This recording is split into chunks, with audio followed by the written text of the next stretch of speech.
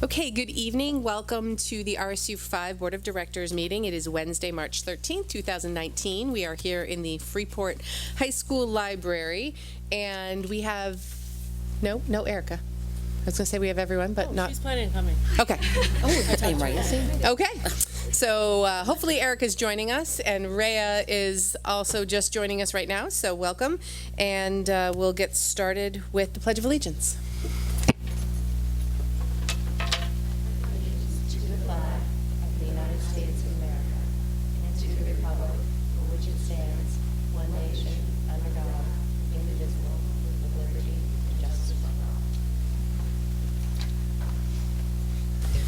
So I would take a motion for consideration and approval of the minutes from the February 27, 2019 meeting as presented, barring any errors or omissions. Kate and Valley, all those in favor? Opposed? I abstained from John because he wasn't present. Adjustments to the agenda? No? None. Okay. All right, so we will start with good news and recognition report from our board student rep. Hello. As usual, it's been a great week at Freeport High School, or a great few weeks. Composting has been an awesome success so far this year. Each month, we have composted an average of over 1,600 pounds. That's a lot. That means that since the program was started, we have sent almost 6,000 pounds of food waste to local farms and gardens, which is really great. The main one-act drama competition took place this weekend, and Freeport took the silver medal. It was a great time and truly a really inspirational weekend. The class of 2022 is selling Esterbrook's hanging flower baskets now until May. It's a great Mother's Day present. The FHS Guidance Department is hosting Bill Smith on March 21st from 6 to 7:30 on understanding college financial planning and paying for college. I'm definitely going to that. And parent-teacher conferences are this week, and we're looking for some volunteers to provide snacks for the teachers on their long conference days. That's all. Hope everyone has a great night. You're a really hard act to follow, Rhea. Yep. Okay, so I'm going to open it up to the public. So just tell us, most of us know who you are, but not everybody watching will, so just tell us who you are, where you're from, and 3 minutes. Great. Good evening, I'm Carol Grimm from Freeport. I'm here tonight a second time to ask the board to take action on the new addiction of our time, glowing screens. It's time for the board to take responsible action and understand what our kids are going through, to understand the amount of time they are asked to spend on screens for homework, for communications, and education. Just yesterday, I found my 8th grader doing homework while watching a Netflix movie and in the background a video game. If the emotional well-being of our students is an RSU 5 mission, then you are obligated to understand what is involved in their electronic lives. Technology has enhanced our lives in many ways. However, we need to think about the cost of the quality and excesses of technology on our kids under the RSU 5's umbrella.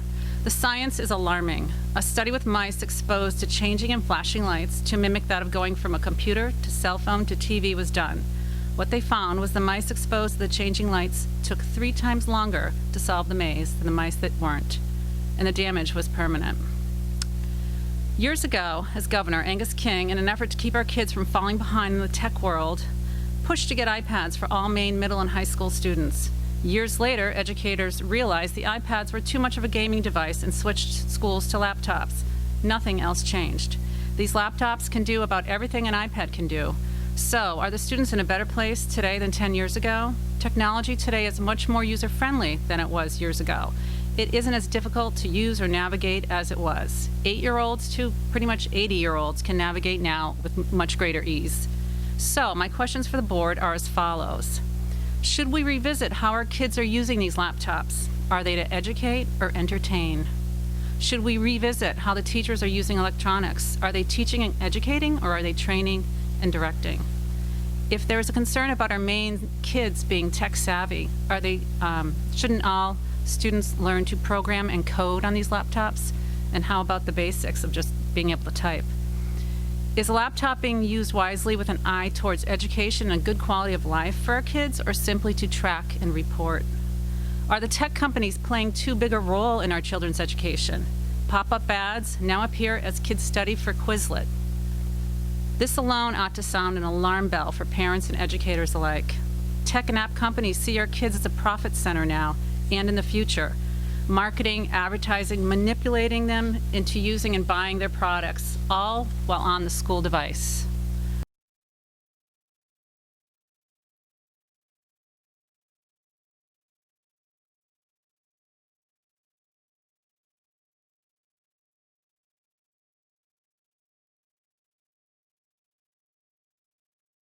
Simply click on an icon and start playing Fortnite or surf the web.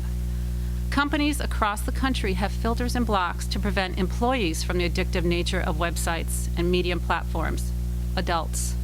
And yet, as I stand here today, our kids can surf, play video games created to be addictive, and surf the web while in school and while doing homework. Do you really think middle and high schoolers can control themselves from addictive sites, pop-up ads, and surfing if adults can't do it? Research proves screen time creates a dopamine rush similar to alcohol and drug usage, and yet almost nothing is being done to evaluate and limit what sites are being used by our students on this school device. As noted by Jim Grant last meeting, currently the same filters are being used across all the schools within the district. That needs to be changed. In a recent update by Apple to create awareness of cell phone usage, there is a screen time in settings, which shows the user in detail how they're using their time on the device. Email, text, right down the specific website. We need this setting on the school's laptops so we can see what our kids are doing. Are they doing homework, or what are they doing in that time? Thank you to the board members who brought up the need for YouTube discussion. There are valuable tutorials that YouTube can provide regarding school research. Why can't a teacher find the best YouTube instruction for students and provide them with that link? It's not necessary and wasteful of students' learning time allowing the worldwide YouTube search. Just as a teacher uses a textbook with students, why can't the same method be applied to online learning? The teacher is the most qualified source to provide the best educational link to students.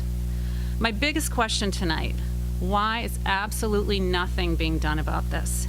Have the tech companies and their need for profit gone a little too far and influential in our schools and how our kids should be educated? The research is there. There needs to be more balance with screen and non-screen schoolwork. The school laptop should be used for schoolwork, not entertainment. Lastly, as with alcohol and drug addictions, there needs to be an awareness of the addictive nature of screens. They all have the same effect on the brain, a dopamine fix. Ray Grogan provided a screen information night for middle school parents in the fall, which was very informative about the addictiveness of screens. It's time to create an awareness and inform all elementary, middle, and high school students and their parents of the addictive nature of these blue screens and how its excessive usage impacts their brains and learning, rates of depression, and low self-esteem. The board needs to evaluate the laptop and its role in the education of our kids. There needs to be a separation between entertainment and education on the laptops. Blocks done at our home provide useless as VPNs are installed to get around the blocks, and the companies purposely send pop-up ads to the kids on how to do it. In speaking with Jim Grant, he said additional blocks can be put in by the school. I would like to see a committee formed immediately to begin analyzing and making changes to improve our children's quality of life and education. Also, there needs to be a change in the cell phone policy. Phones don't need to be in the classroom. They're really unnecessary, and it's a distraction to the kids. In closing, I'm asking someone on the board to please do the right thing for our kids, their minds, and their future, and put this issue on the agenda for the next board meeting. I expressed this concern at public comment over 5 months ago, and nothing has been done. However, I see numerous other less significant issues get put on agendas and acted upon. However, I look forward to the board's role in creating changes in screen time usage for our kids. It would be nice to see improvements for the start of the new school year this coming fall. Thank you. Thank you, Carol. Anyone else for public comment? Okay, so we will move on to report from the superintendent. I just have one resignation to report tonight, and that's Cindy Stevens with the Laugh and Learn program. That could be your quickest report ever. Okay, so we don't have any administrator reports, board comment, committee reports, or policy. Wow, I don't think we've ever had this few things on the agenda. Although now we're into the budget, so we'll make up all of that time we just saved in unfinished business. So you're not doing an update yet. We're going to start with Dennis. Okay, so we are going to hear the Facilities and Transportation report from Dennis.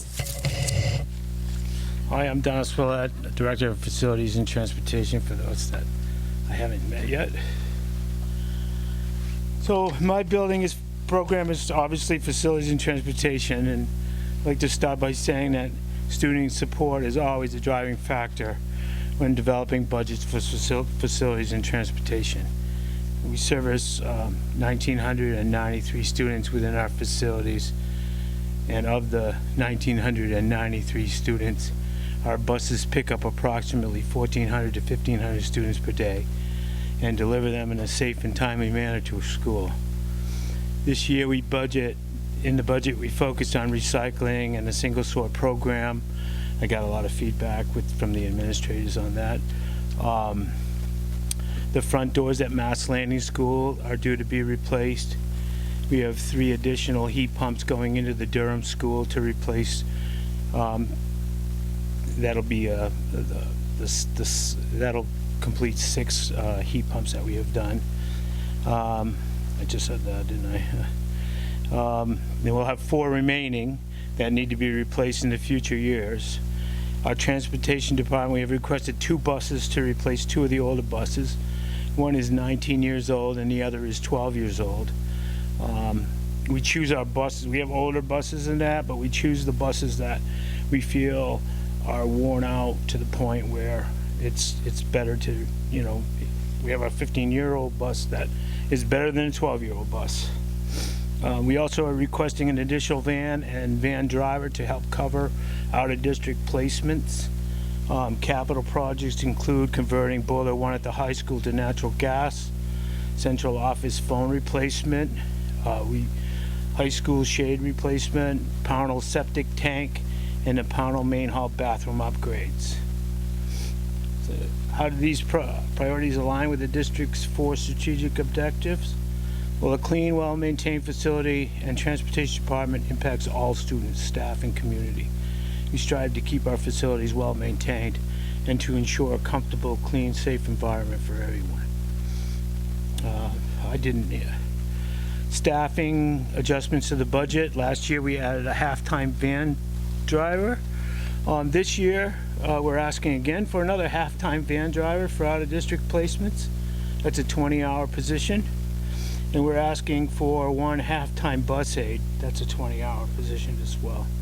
We have a lot of issues on some of the buses, and we're trying to deal with them. And I think to make the buses safer, we'd like to put somebody else, another adult on certain buses, maybe move them around if we need them. Other significant fiscal year 20 requests in the budget. In the system-wide cost center, we have added services of a turf field specialist company to come in onto our turf field and clean, redistribute, repair, loosen the infill, and to reduce compaction. This will help preserve our fields for years to come. We continue to upgrade our older facilities, such as replacing the stair treads on all stairways at Moore Street School. We have entered into an agreement with the town of Freeport Public Works to share a full-time maintenance person. It's kind of interesting. They use him in the winter, or them in the winter, and we're going to use them in the summer to help us mow and keep the grounds up. And it works out pretty well, because really, and we'll be using them. They'll use them from November to April. We'll use them from April to November. Van drivers continue to be a need for the district programming as well as for out-of-district placement. We started, I was telling Becky today, we started with 2 vans when I started 18 years ago, and they were for community ed. Now we have 7 vans, and community ed's dying to use one of them. So, is there any questions? Yeah, I had the question about whether we're still having a challenge with bus drivers and van drivers and how the wage, if the wage is impacting that, your ability to We're actually recruit them. pretty lucky. We're lacking 1 driver, but I have 2 applicants for that job right now. So I'm trying to be a little fussy. I'm trying to flush them out to see who would be the better driver. People want to come here. It's a great place to work. Okay. So, yeah. No. Spare drivers continue to be a challenge. Oh, like For backup sports drivers? trips. No, for Or- sports trips and things like that. But we're working on that too, and I've got some plans in the works. You get 2 applicants, maybe you work on, something else, so. And Maura, I'll answer the second part of your question about when we're putting in something in the budget for like an anticipated position, Michelle just takes the average of all of the people in that position, and that's the number we insert. Thank you. Thanks. Then, do you want me to go right into the questions? Sure. From Valley? So Valley, I got your questions. I should have answered them earlier by email. I just haven't. So anyway, starting with the transportation and getting the 2 new buses. How we do that is we fund the buses that we buy through retired bus debt. We buy buses on a 3-year lease purchase program. So after 3 years, the note is paid, and we buy, say we bought 2 3 years ago, 2 notes become clean, I guess you could say, and we buy 2 buses to replace it, so we don't have an impact on the budget that way. And we have a rubric or a whole thing that me and Michelle and Becky worked out one day, and we're trying to get to the point where 10 years, because the state will fund. They want us to run a bus for 10 years. They wanted that to happen. And they also, and this is something new, kind of in line with your safety question, I'll get to it, but the state also requires us now to have cameras on the bus. They require it, and it's 4 cameras now instead of 2. So that's kind of a good thing. I mean, it's a good tool. So is that okay? All right, so the next question, you said $93 for playground upgrades, and the PowerPoint is not mentioned other significant, but I struggle with that question because I don't think we put anything off. Nothing's off the table. I think what we did was that 9,300 kind of showed up in a different way because we moved it to the grounds cost center, so it kind of triggered an increase there, but it was a decrease in another one. Plus, we added the $3,700 to the field because we thought it was important to keep it clean, and then we added some aeration to the softball field because we had trouble with the new softball field, the drainage, but we think we've got a handle on that now too. So that's why that kind of showed up differently. I don't think we left anything out necessarily. And it's kind of interesting about your question on funding the garbage to garden, the composting, and this young lady comes up with that number. It kind of answered the question, I think. That was pretty good. But we'd support that anyway. I mean, we've made a commitment to do that. These people have all made a commitment to do that. So we'd support it whether we could or not through some other means, like left unexpected funding or contingency or stuff like that, because we believe in that as well. But again, good deal. I kind of jumped off a little bit, so I'll go back. So the next question was describe recycling and single sort programming. Well, I've had a lot of conversation with the company that hauls our garbage and our single sort trip. We pay a premium to single sort our trash. So I asked them, what are we doing here? Where's this going? If I'm paying a premium, I want to make sure that I'm getting what I'm paying for. And he says, what happens to us is our trash, our single sort, our single sort recycling goes directly to Eco-Maine, where it's divided into commodities like plastic and cardboard and paper, and then it gets shipped to the commodities market and it gets sold and recycled that way. It's not just burned for fuel or anything like that. So it is being recycled. That's what they told me. Don't follow the truck. I didn't say I followed the truck. But, you know, you like to think that. Dennis, so do we recycle in all 6 schools? Yeah, I think we do now. You do? Yeah. We're all up.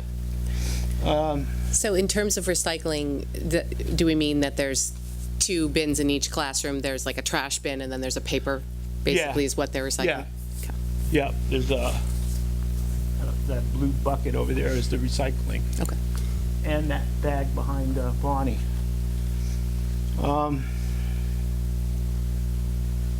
Tennis court replacement. It is in the capital plan, but it's in the 20-year plan. We did some work in 2015. We replaced all the net poles. We had some of the bumps and things flattened out, and they resealed the seams and all and they coated it. And they told us like 15-year lifespan. So I moved it into the 20-year plan for 2030. And that may not be feasible, but at least it's on a marker, so we can revisit that if, you know, depending on how much input we have on that. It's in there.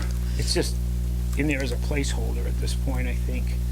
You know, judging from the looks on some of you guys' faces too, it might be moved up. I don't know. Did we can talk about it. I'm just curious why 3 years ago, I guess 4 years ago now, we were thinking this was going to last 15 years, and, you know, some of the things we're what they- hearing now are, I mean, we spent $23,000 15 years ago. You'd think, you know, you'd get some kind of life out of it. But apparently... 3 years ago. Yeah, we spent $23,000. Okay, you said 15 years ago. I'm sorry. I was like, wait, that would be good money right That there. would work. That's kind of like what he's talking about. But Right. Yeah, I don't think... So I Dennis, think that needs to be revisited at some point, you know, with the Capital Facilities Committee. So when we meet, we can talk about that. so you said that it's on for 2030 for what amount? Well, that amount's really just a placeholder. It probably says like 30,000 there, which is not near enough. So as you move it up, you decide what you're going to do. You know, a boiler, I could put a boiler in there for 50,000. 20 years from now, it might be 75 or 80. So, you know, you have to have a placeholder, but it doesn't necessarily mean as you get into the 5-year plan, then you got to sharpen your pencil and you got to make sure that you have enough money to cover it. So it's just a placeholder. You can. So we have 400,000 that we spend every year in capital projects. If you want to spend 200,000 on the tennis courts, that's a decision we need to make. I don't think we need to make it tonight, but we will need to make it at some point if that's the goal. And, you know, I'm willing to listen. How has the replacement of the 3 heat pumps at Durham gone? It's rough. It's been a tough road. Really? Yeah, So it hasn't like they fixed the built- problem? No. They built a school around the heat pumps, so getting them out is a challenge. We Okay, so had- the physical getting them in and out, but has it fixed the problems of Yeah, them going off? yeah, And yeah. okay, all right. And we, Yeah, the new ones are working. yeah, Okay, that's good. so we're good. I was beginning to wonder there because it took so long to get them in and out. I think I remember one of the facilities tours, like climbing a ladder, Yeah, that's thinking that exact- very thing, like, how the heck do they get these Yeah. out of here? They had to shut down the hot and cold water just to move the pipes to get them out. I mean, it wouldn't go by. Oh yeah, this is normal though. Put the pumps on the second floor, okay. No, this is normal in my life. You know, you just deal with it, and you know, I do. It's really weird. So I have a question about that, Dennis. So now it's me. I used to sit over there. So now that you're putting things back together, are you accommodating for that so that it's Yeah, not? Okay. we're ready next year. The rigging's all up. We're not taking it down. The guy left it up there. It's going to be half the time now. It's fixed. I mean, the pathway is fixed. If we ever have to change that boiler, though, I hope I'm retired. Because that's a shoehorn job right there. Okay, so security was the next question. And okay, so we spent I'd say about $250,000 in security in the last 5 years. And we've done a lot of things. And I'm going to tell you, I'm just going to touch on the highlights of it. New cameras in server in the high school. We have like 100 cameras, 80 cameras here. I don't know how many exactly. We've changed the phone system in the middle school and the high school. And we changed the paging system in Mass Landing. And that's really part of the safety. Communicating with the teachers in an event of a code red. We replaced the keys in 3 of our buildings that had an old key set. Now I can carry 9 keys and get anywhere I want.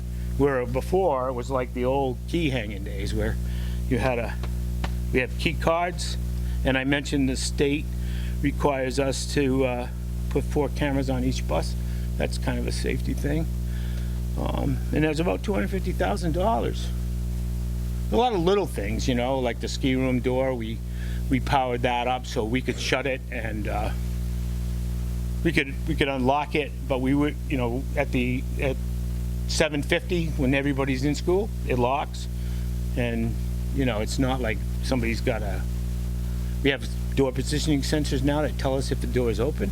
So if you leave a ski in the way, we have to send somebody down, but at least we know, we know that it's locked. We know the doors are locked from the office. So we've done a lot of good things. Yeah. Is that true in all the buildings? It's Durham and Freeport, and yeah, I know you mentioned that one time, and you were right, and I said I didn't think so, but you were right. You can do it. We did it. We activated it in Durham. That was a good call. I'm glad you said that. Every now and then I have a good idea. Yeah. That was good. So was it just that. I was thinking, I was just out at Pownell last week for our learning opportunity, which was great. Thank you, Lisa. But, one of the things we were talking about was how each classroom has a door to the outside. Yeah. So I'm guessing those ones aren't on a system that triggers if the doors are open. No, that's not electronic. Yeah. None of the only 2 schools with the key cards are the high school in Durham. I'd like to put them on and I'm planning for this because at Mass Landing we replaced some doors on the lower level, and I made sure that I got the kind of hardware that you could activate. So in the future, if we we don't have to buy all that hardware. And the front doors, when they go in, I'm going to try to do the same thing there. I'd like to put them all on the front doors. If for no other reason than if somebody wants to use the building, we could get them a card, and then we can deactivate the card that day. And that card is, you don't have a bunch of keys that you have to pass out. But that's in the future, that's all stuff that we work on. What we think about keeps us up. Any other questions for Dennis? Jeremy? Just, you mentioned in the budget about the turf services for the new field. Are there any measurements being taken in terms of how it's looking durability wise, and is it possible to benchmark it and say, I think that's what these people will do. They'll give us a compaction report, and we'll go behind them and check it out. And I don't, this is so new. I mean, it seems great. We walk it. My field guys walk it, and they inspect it, after every game.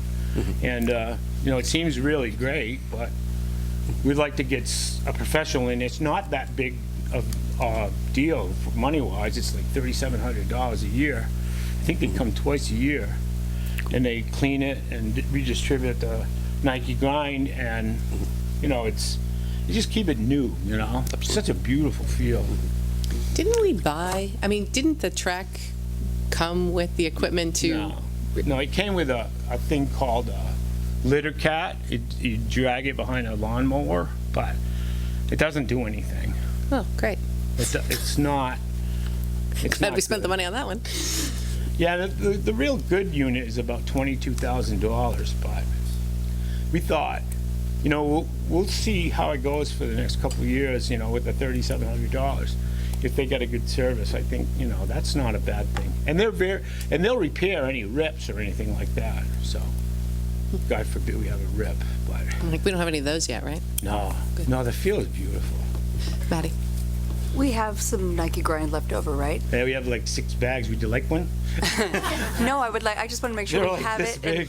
And we have those hidden away somewhere. Yeah, we have them stored out in the woods. We have a spot where we have wood.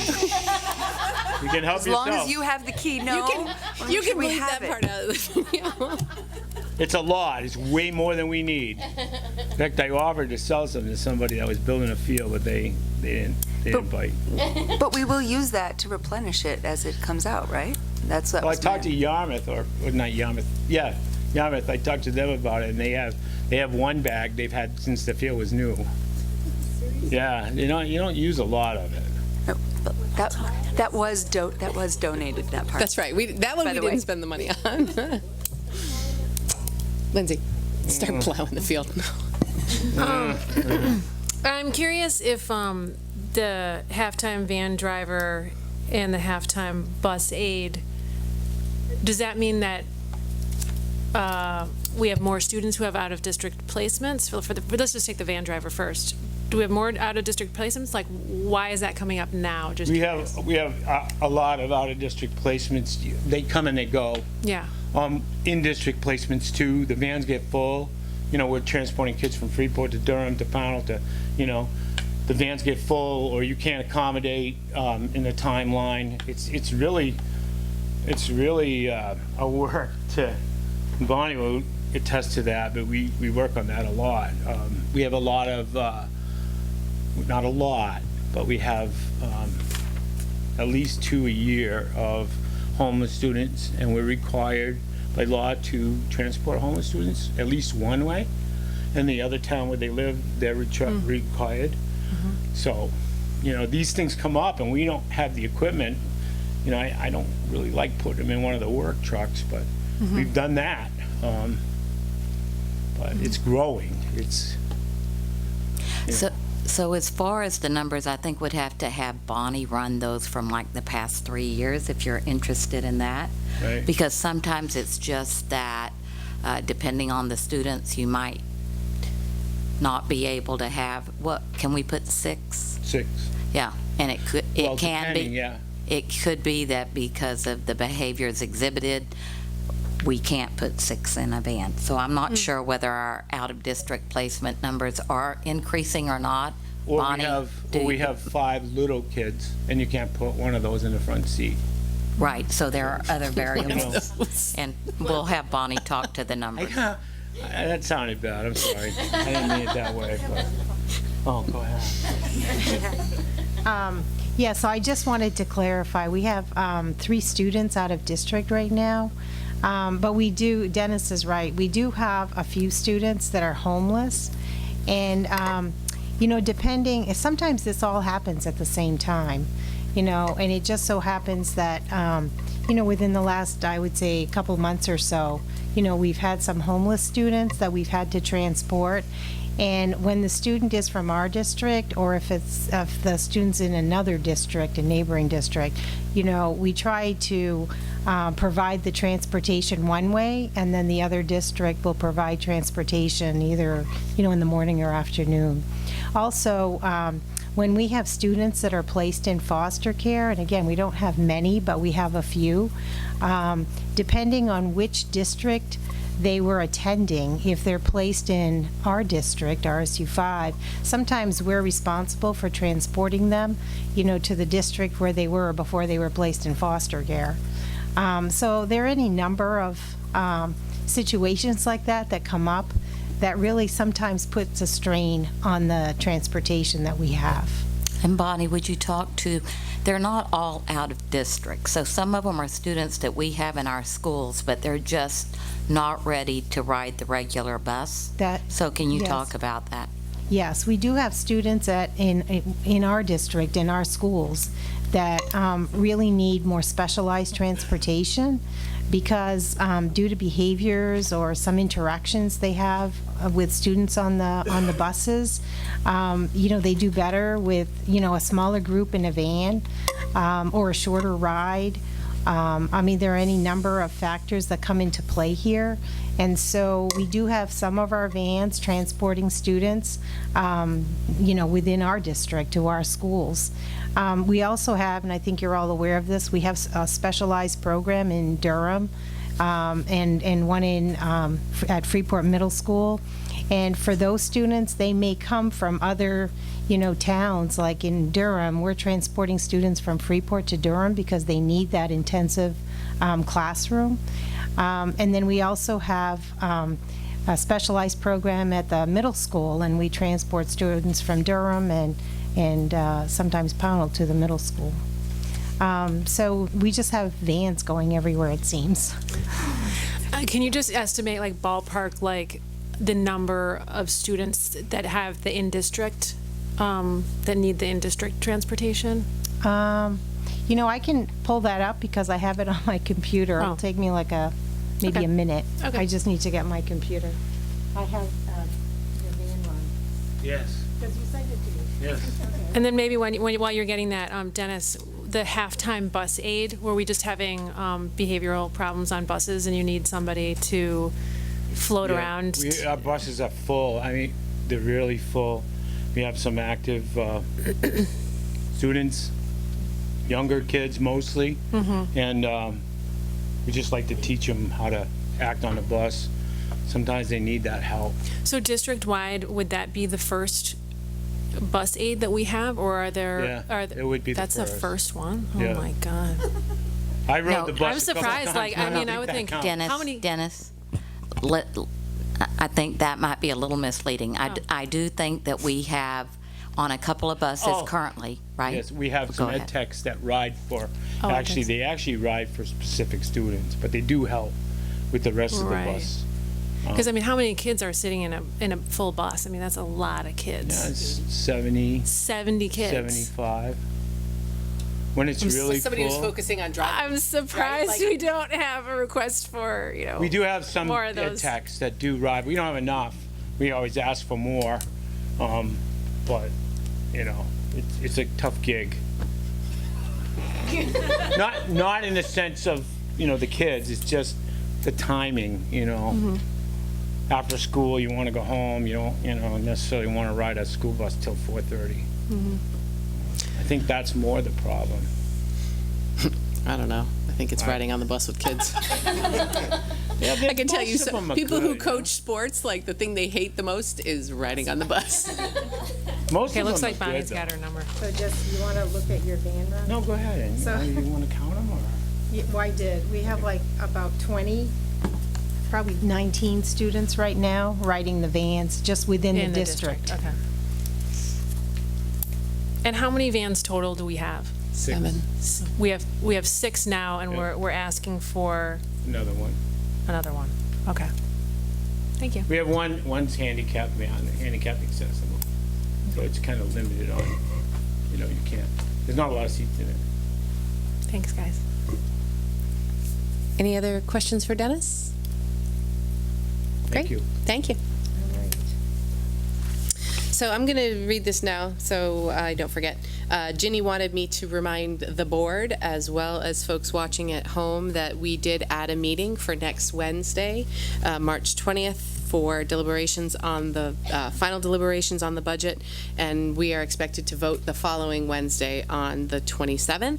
And we also added, one of the things we had heard in prior budget processes was that when we went out and had the Q&As with the towns, it was after we had adopted our budget, so folks didn't really have input on what we had adopted. We were just more sharing information about that budget. So we also added a 6 to 6:30 session before the meeting on the 20th. So it's here at the high school at 6 to 6:30. Board members are highly encouraged to be here to chat with folks from the public. So if you're watching and you have questions or suggestions or things that you'd like us to make sure we're taking into consideration before we adopt the budget, we'd love to hear from you next Wednesday at 6 o'clock. There you go. You're welcome, Ginny. No. Thank you, Ginny. Okay, sorry. Carry on. Okay.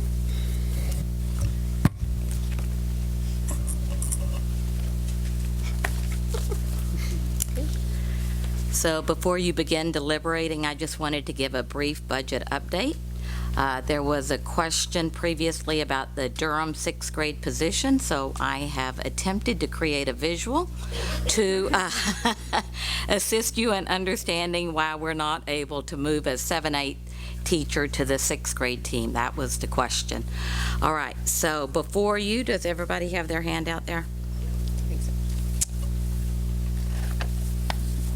Currently, we have 5 teachers in our 7th, 8th grade in Durham. If one 7-8 teacher was reassigned from the current structure to 6th grade, it would result in the following outcomes. We would have 4 remaining teachers teaching, and you can see that the 5th one over there is falling off the chart, going to 6th grade. Okay, so. She's happy though, she's smiling. Yeah, she is, you know. All redheads smile. Okay, so only 1 of the 4 teachers would be properly certified. 3 out of the 4 would be teaching outside their certification area. Currently, our 5 existing teachers have the following certification. 1 teacher is certified in Spanish, K-12. 2 teachers are certified K-8. One of these obviously would be one of the ones moved to 6th grade. 1 teacher is certified 7 to 12, and then 1 teacher is certified 7 to 12 in science. This would require all these remaining 7/8 teachers to learn new content area for 1 year only, and they would be teaching outside their certification area. Will's best thinking with input from me would be that they would all then teach social studies. So that's why that's highlighted up there above each teacher. Under our current contract, teaching outside of the certification area is prohibited under Article 10F of the teacher's contract. And I have included that in your packet. So if you just want to read kind of the wording, you're welcome to do that. The other thing I've included in your packet is the class size chart.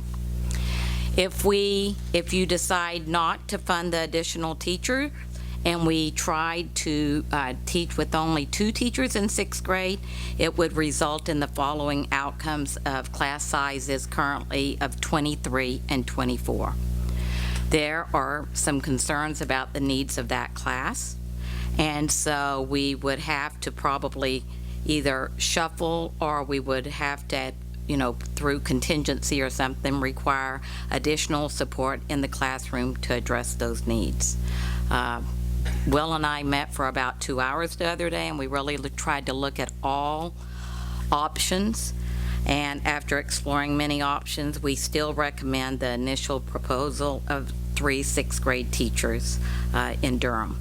And with 3 teachers, we would maintain class sizes of like 15, 16, 16, which is pretty much what they've been since kindergarten. And we feel like their social, emotional, and academic needs would continue to be addressed. So I'm going to move on, and then we'll come back to questions if you have any. The other question that kind of arose, I think at our last meeting, was around the pre-K numbers. So Jenny has helped me create this chart. Thank you.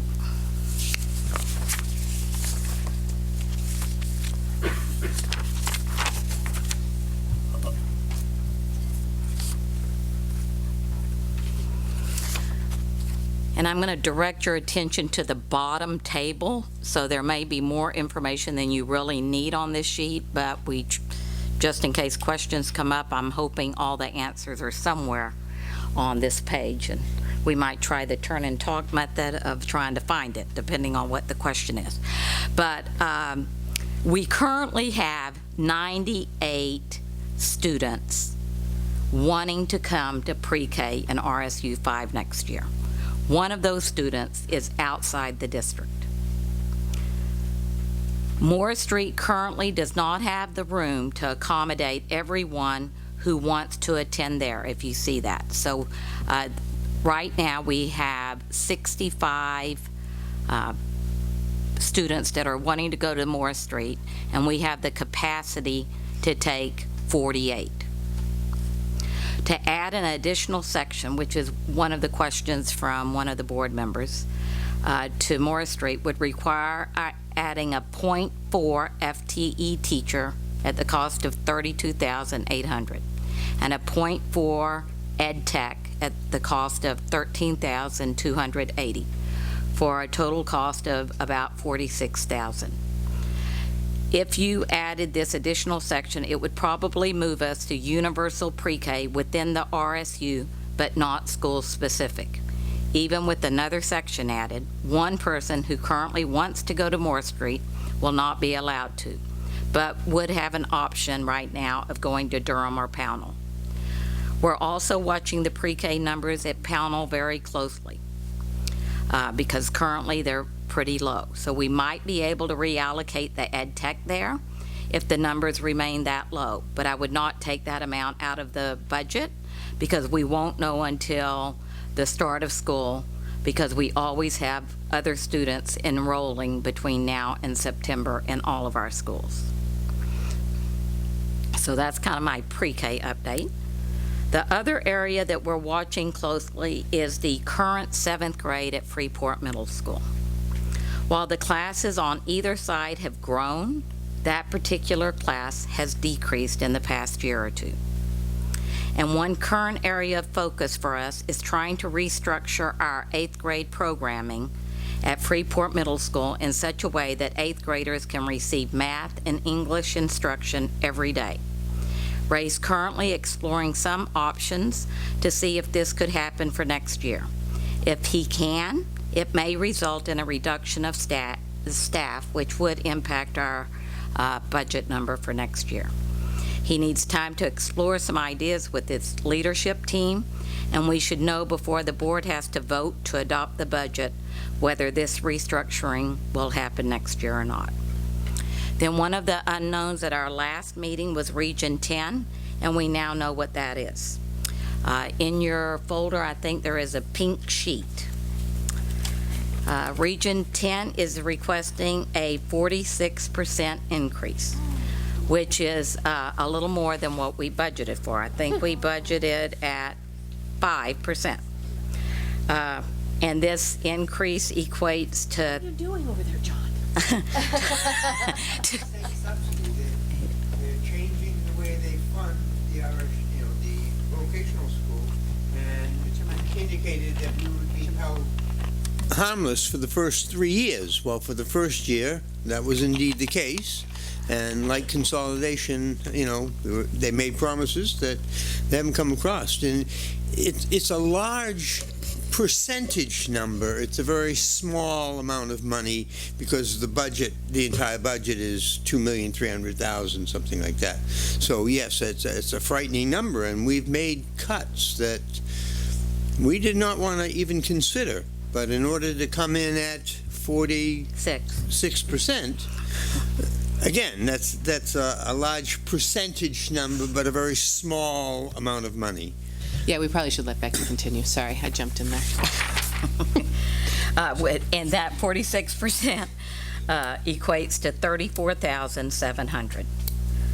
And also in your packet was just the revised handbook that includes more of the numbers that the directors have requested in their handouts. And so at this moment, with all those changes, we are looking at a 3.48% increase in expenditures with an overall tax impact of 4.21%. So the only unknown that we're waiting for is really the property and casualty insurance, but we have budgeted for a 12% increase. We really do not expect that to go up to 40%. But we don't know what that is, and I don't think we'll know until after you adopt the budget on that one. And so that kind of concludes my budget update, and we're happy to take questions on that or any other area, because I want to thank all of the administrators for coming out tonight and being here to answer any questions you may have. I had one quick one that just occurred to me, and maybe you told us this, Michelle, although I guess you haven't technically presented. What's the contingency number we're carrying this year? So it's identical to last year. 175,000 will be in the regular instruction, and 39,000 in special ed. Thank you. Jen. I just have a question about the pre-K that you were explaining, Becky. So, do children who go to pre-K ride the bus? So, if in fact we have a student that you reallocate them from Moore Street to Durham for numbers reasons, how does that work with the transportation? So we do transport the students if they're attending in the community in which they live. Okay. And if they're attending, if they're saying, we want to go to Pownell, but we live in Freeport, well, then they're in charge of their own transportation. But what if we were saying, Freeport's full, Right. but That's what I Pownell, was like they want to go where they live, but we don't have an opportunity for them. Do we then still say it's on you? We do. Okay. Because we're Even not. though Dennis has got a new van? Well, see, do you see that look? That's how he looks at me when I mention something like that. We do because, as you know, pre-K is not required, and so at this moment we're not transporting. So if it became that we had to do pre-K, if it was mandated, would we then have to transport if we did in fact move people around? I would assume we would, right? Well, I think that if it became mandated, we probably would just put another classroom in, just like we do in first grade or sixth grade, or To make sure all kids could go in their own district. if their that's own what they school. want. Okay. Yes. So would it be cheaper to add the .4 teacher and .4 ed tech than to add transportation? If we decided to provide transportation so that there's equity across the district in terms of it services would be provided? it would be far cheaper to right now. Lisa, how many kids do you have from another town in pre-K? This year? Yeah. It's about 6. Yeah. I think it would be cheaper to transport than hire another teacher. Yeah. And the numbers that you provided on that sheet tonight assume they include in the capacity numbers the addition we've already added in this year's budget. We don't have the addition in this year's budget. Oh, we added it last year. It's already. We did. We added it. Where's Julie? Was it last year that we added a section? I think this is our second year. With the added section. What did we do to pre-K last year? Was Pownell the change last year? No, we didn't. Or is time just we flying didn't. and It's time we've had is it- flying. Okay. And yeah. So historically, how much of an enrollment increase have we seen in the last 2 years from February to September in pre-K numbers? I would ask, Julie, would you come to the mic, and then Will and Lisa. So our numbers have grown drastically this year. This time, we actually weren't full. Our 48 spots last September were not filled.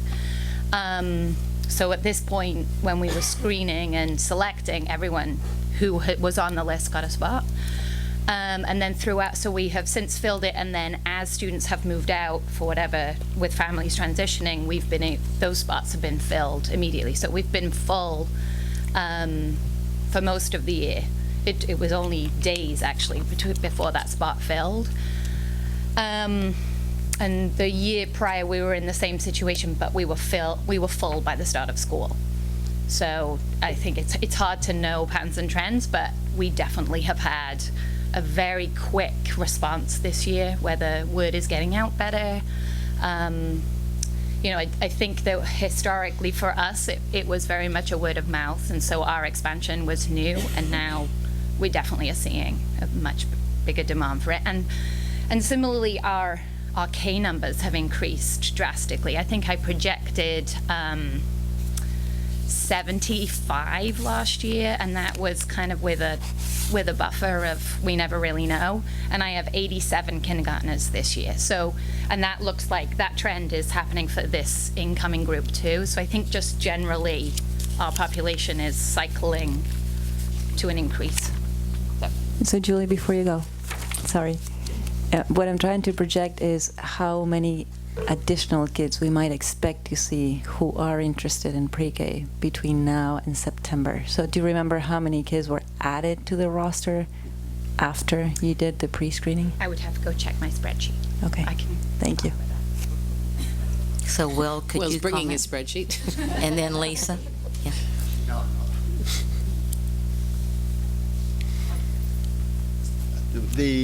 This year is a little lower than what we've had previously. So what we found last year, we were oversubscribed by prior to the end of the school year.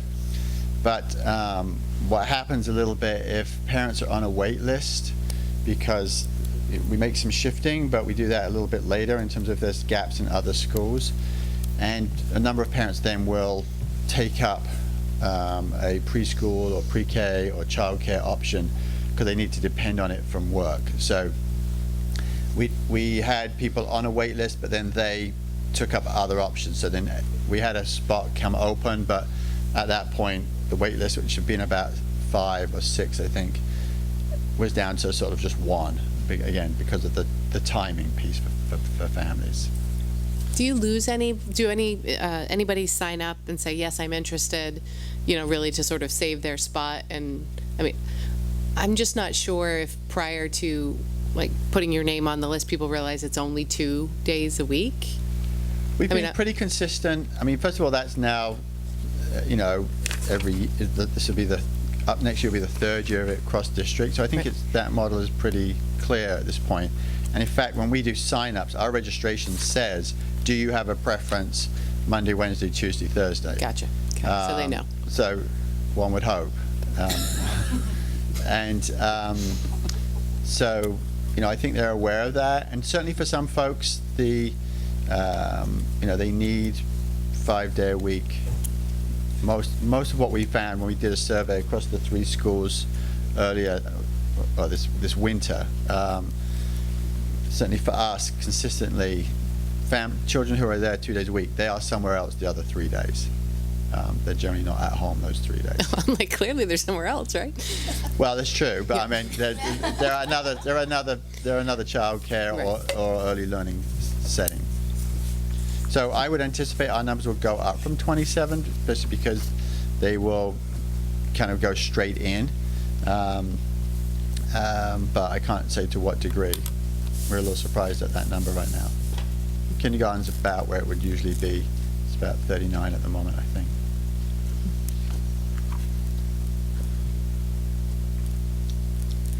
So Pownell has a small pre-K, but we have a long history of pre-K, because if you remember when we had the half-time kindergarten, we also offered 4-day-a-week, half-day pre-K.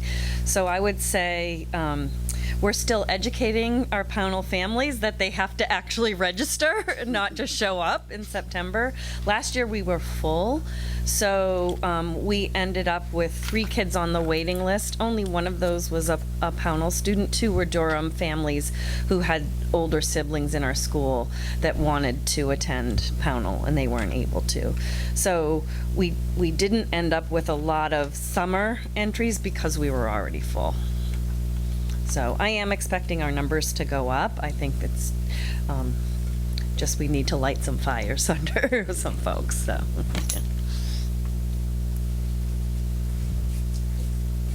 I don't have the exact numbers kind of at this point because we've added to the list as new people came in, but it looks like it was around 40 at this point for 48 spots at this time last year. And you're at 68 now? No. 65? Yeah. That's a lot. I feel like you clarified this earlier, but I'm a little bit confused. Becky, the 46,000 you mentioned for the total cost of an additional section at Moore Street. I don't see that in the list of drivers of the increase. Are you It's not saying? in there. Because it's not in the budget. If you remember from the priority list, this was the first item that did not make the budget. Okay. Maybe that's why I was thinking it was in there. We've talked about it. We have. And I think that at one budget meeting, I talked about how the administrative team had talked about it based upon all the current numbers and everything from the pre-K screening, and that it was moved up. It wasn't even the top priority initially, but it is now. Of the waiting list items. So has Michelle worked out the numbers for what the budget impact would be if we didn't add the .4 teacher and ed tech for pre-K? Yes. So for the tax impact, it would add another 0.23 to the current 4.21 that we have. And for the budget increase, what would be the new percentage? Oh, I didn't look at the expenditure increase, sorry. I just looked at the tax increase. Well, we can just add it to the $1,150,000. Yeah.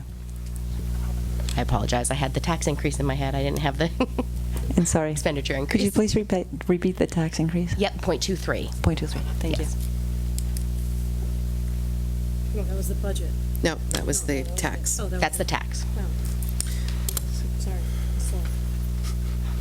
There you go.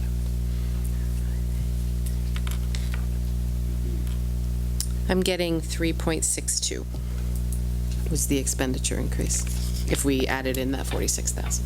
And the tax impact would be 4.44. Right.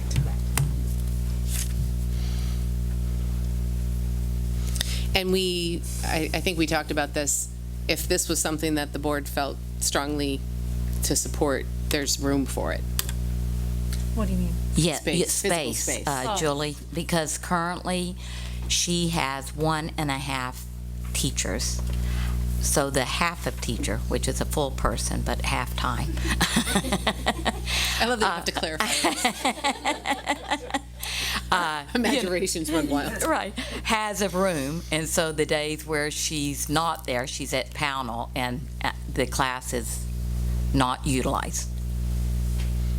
So my other question would be, and probably that person, if this was something that we added, would likely stay full-time at Moore Street, do both sections at Moore Street, and they would hire a .4 for Pownell, right? More than likely, yes. Is that hard to find? I mean, I know we've had this like .5 strategist, and we never filled it because it's a tough position. I mean, 2 or 3 days a week. Lisa, do you want to talk to that? And would it only be .4? It would at this point, especially with the current number of 7. We feel like, with such a small number, I think Lisa talked about this, that, I think that the teacher would be able to meet the needs of all the students. So it's always a roll of the dice around whether or not you can find someone part-time. I mean, look at Miss Grimm. Like, we got Emily Grimm for a .5 assistant principal at the middle school, which was fabulous. There are other times we have 4 or 5 positions that are hard to fill. Oftentimes, preschool teachers are part-time, so we may be able to get lucky and have someone who might have, part-time at, another pre-K that would like to augment it with a .4. When you go below .5, there are no benefits, so that may be something, like Becky and I have been already strategizing, like, is there another point something that we could, kind of add to the position to try and get it to .5, so somebody could at least have benefits. But we've been pleasantly surprised too. My guidance counselor, I wouldn't trade for a full-time guidance counselor, and she's .5. So it's kind of a roll of the dice. Okay. Kate. So do we have any other .5 positions where that person is only doing a .5 in the district that would want, might be interested in might be .9? interested in a .9? I don't know, something like that. That's also equipped to be combining a two preschool positions? teacher. Yeah. Well, I was just thinking like combining two positions. Right. I think if we're faced with that, we'll brainstorm, right? I mean, the thing that would make the most sense would be something like appoint something RTI teacher or an ed tech. We do have positions, I think, in the district where we have like a teacher ed tech position. I don't think we have a lot of them, but we do have a few of them. And did anybody else have questions on the pictures? Valerie? No, I don't have any questions, but I wanted to thank you very much for putting together that now very clear presentation. And yes, we can really work around the lack of accreditation, so great explanation. Thank you. You're welcome. Sure. Just a few other comments about our Region 10 budget, where the school is getting along in years, and it has had excellent maintenance, but none of it preventative, and we're experiencing some major air quality problems. The air in the building is unsafe to breathe, and we had to come up with $350,000 to do an air quality study, and the problem to be fixed is probably going to cost a little bit more than $1 million. So there are some issues.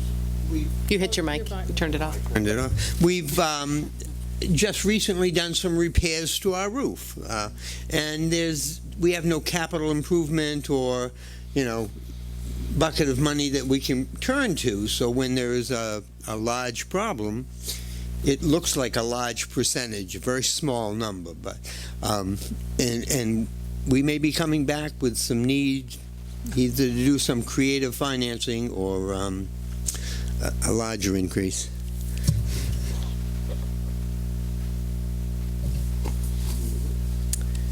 Kate. I did have a question about the additional sixth grade teacher. It was kind of more was related to how this compared to the issue we had a few years ago now, I think, at the middle school with the 7th and 8th grade teachers. I think it was the 6th and 6th and 8th grade. Right. I think that's the class that's currently 7th. Ray, I'm looking for. Yep. I think at the time we were talking about the number doesn't tell the whole story, and I think we spent a lot of time talking about that, and to me, there were not significant, like, social, emotional, or behavioral needs in that class compared to this one. And I think it was actually the 8th grade that was the impacted grade because they moved the teacher from 8th to 6th because they were certified, right? So that was because the decision by Ray and his team was that was the class that needed the support. Remember that? Ray, do you want to talk to that? But yes, it was the 8th grade that year where we did not put the additional teacher because it did put off having the science class of 23 that year. And Ray and I talked about that class a lot, like in coaching sessions, to make sure they were doing okay. And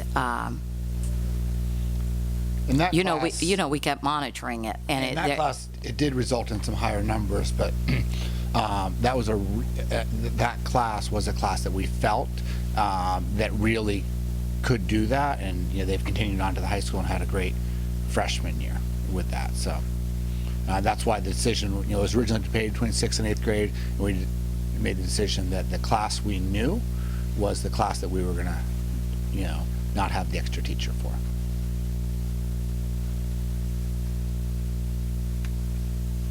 Wait, Ray, got it. You probably this one too.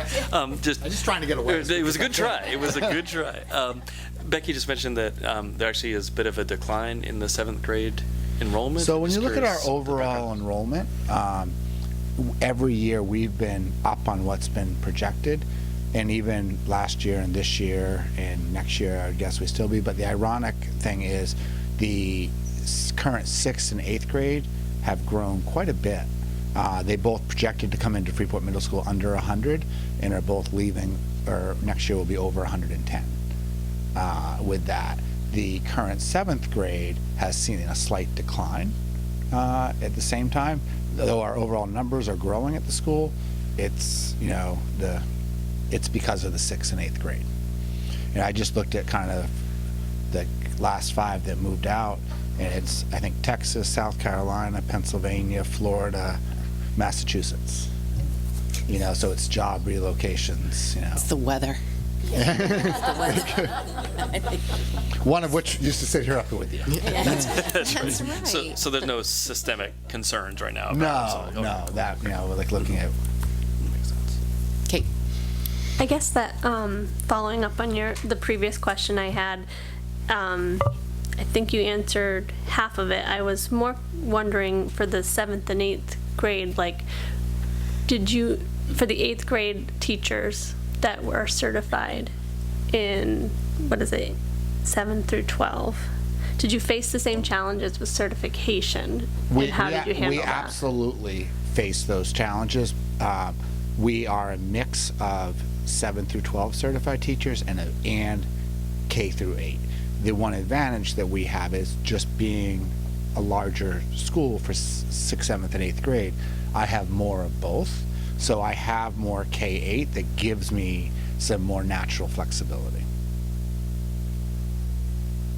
So I'm not suggesting you do this, but since you're talking about it, I'm just going to ask the question. Have you guys, both middle school principals, talked about maybe swapping teachers so that DCS can get the teacher with the right certification and the middle school can still have the extra teacher who may fill just the spot? I'm going to let Becky answer that one. So we have not had that discussion because of Will's structure. I'm going to point you back to the visual. That we do not have anyone in our district certified Spanish and social studies. Okay. I don't think it exists in the state. I'm not sure that it exists in the United States. And so I will have Will come up and talk about how many years it's been since they put in the I think it was after the RSU was formed, but why don't you speak to that, because I don't feel. The diagram is supposed to protect you from me confusing. Yeah, well, it did well for a few minutes. And I do want to say, I trust you that there are no teachers who are doubly certified in Spanish and social studies. So you don't need to go to great lengths. You have convinced me already. What we used to do to adjust to this kind of potential was that if we had 5 teachers, we'd split ELA, and our section was math, science, social studies, writing, and reading. So that then when we had a smaller group, we could compress that, and that writing, reading, that would become one teacher doing ELA, and this other teacher could then flex down into another space. And when we'd added Spanish at that time, it was a special across KA. But when we joined with the RSU, the children have, in 7th and 8th grade, more consistent language classes at FMS. And so entering into 9th grade, our students weren't at the requisite level. So we changed our model and had Spanish be a part of that rotation. So our 7th and 8th graders get similar exposure to a language. We don't have French or Spanish option, but they get exposure to a language at a comparable level so as they enter 9th grade. That's what took away some of that flexibility. Very concise, Will. Thank you. Write that down, Becky. Yeah. Yes. Valley. So can I broach a new subject? Sure. Tennis courts. Have you guys thought about any possible options to provide to us for fodder? About how we think about tennis and the courts and how soon and how well we want to maintain them, fix them? We are not ready to present that to you, but we're happy to explore that. But I could not speak to that tonight, other than to say I love tennis. So she's biased towards the courts to begin with. Yeah, so, but we're happy, and I talked with Dennis a little bit about that today even, because initially I think I reported at a finance meeting that we didn't have it in the long-term plan, and so he let me know today that it is in the 20-year plan, and I did say to him, I just can't imagine that the resurfacing is going to last 11 more years. So I think we do need, having played tennis. So we're happy to explore that. Thank you. So when you say that you're happy to explore it, would it be possible to have some result of that exploration for next week?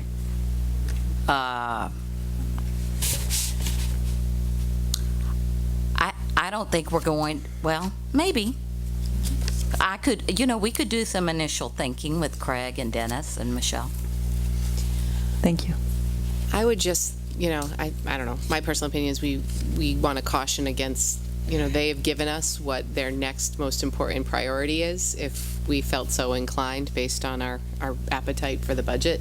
I'm not sure we'd want to leapfrog all of their priorities to layer in something else. I definitely think it needs to get into some sort of plan prior to 11 years. I mean, even if it's, next year or starting to put some money aside in a reserve or something, but I don't know if I would be comfortable with just adding it to this year's budget beyond, because it wasn't even on the table for the stuff they were talking about, so.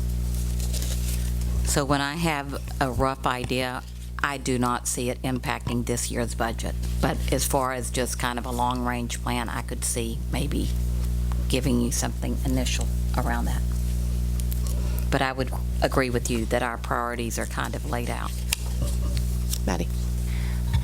I missed the facilities tour this year, sadly, and I don't know when the last time is that we've looked at the capital improvement plan overall, but maybe that's something that we could do in our summer.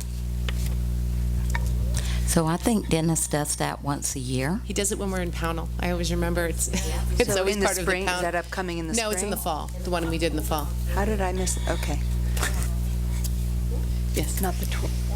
I'm not opposed to Becky giving some kind of preliminary thinking in a week, but it feels most natural for me to have Dennis put some thinking into that fall presentation on how we can replace the tennis courts within the next 5 years.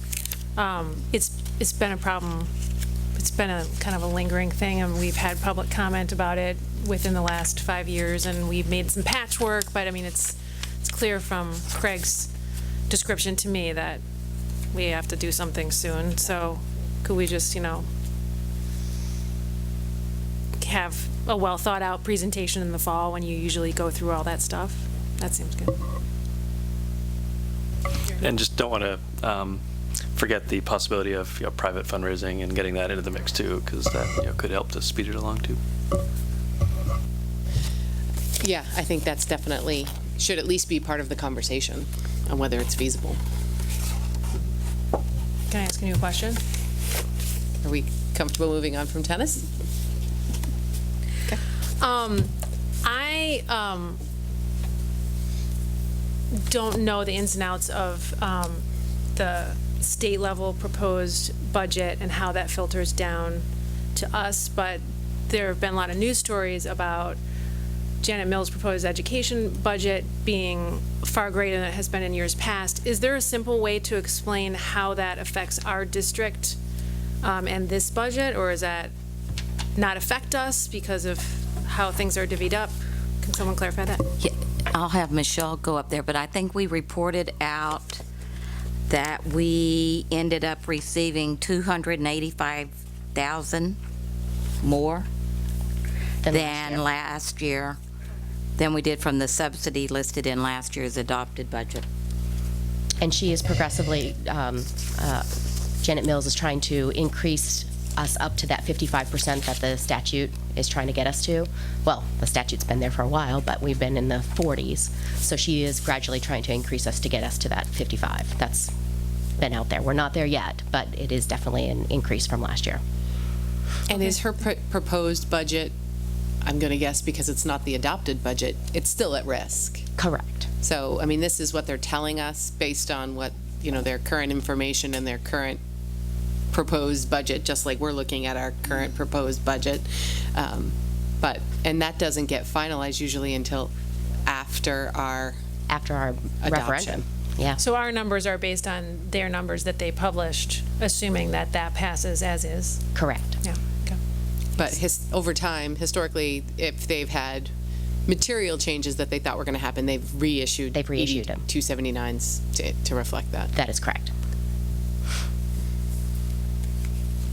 And have you, in these budget handouts, you've already accounted for the updated ED 279? Yes, I have. Well, yeah, because if you go back to the first one we got, what was the color of the first one? That pumpkin that you This have in your hand right there. pumpkin. Yeah. I like that. Okay. So that one showed an increase of 4.98. 4.98 tax impact. So, because it doesn't impact the expenditures, right? Because it only impacts the funding portion side of it. So, so it wouldn't change the expenditure increase, but it would change the impact. So it went from, even though our expenditure increase from that first one to this one went from 3.3 to 3.48 based on additional information we have about Region 10 and insurance and all of those things, the tax impact went from 4.98 down to 4.21 because of the increased subsidy. Is that right? Yes. Sometimes I talk it out just to see if it makes sense in my head. What was the And it was difference right. again? Say again? What was the difference again? It went from 4.98 to 4.21. Right. Okay. So, I mean, just as we go forward, we may want to keep in mind that if we are off on our subsidy, that we could be up over 5% if we start fiddling with things too much here with the proposed budget. Correct, yeah, right, because it's not a guaranteed that that's going to be our subsidy. So. Other comments, questions, bright ideas? Really? Okay. Well, in our, we're still in budget update recap. Are we deliberating? I mean, what are you suggesting? I think we're in our deliberation. Yeah, okay, so. Yep. Okay.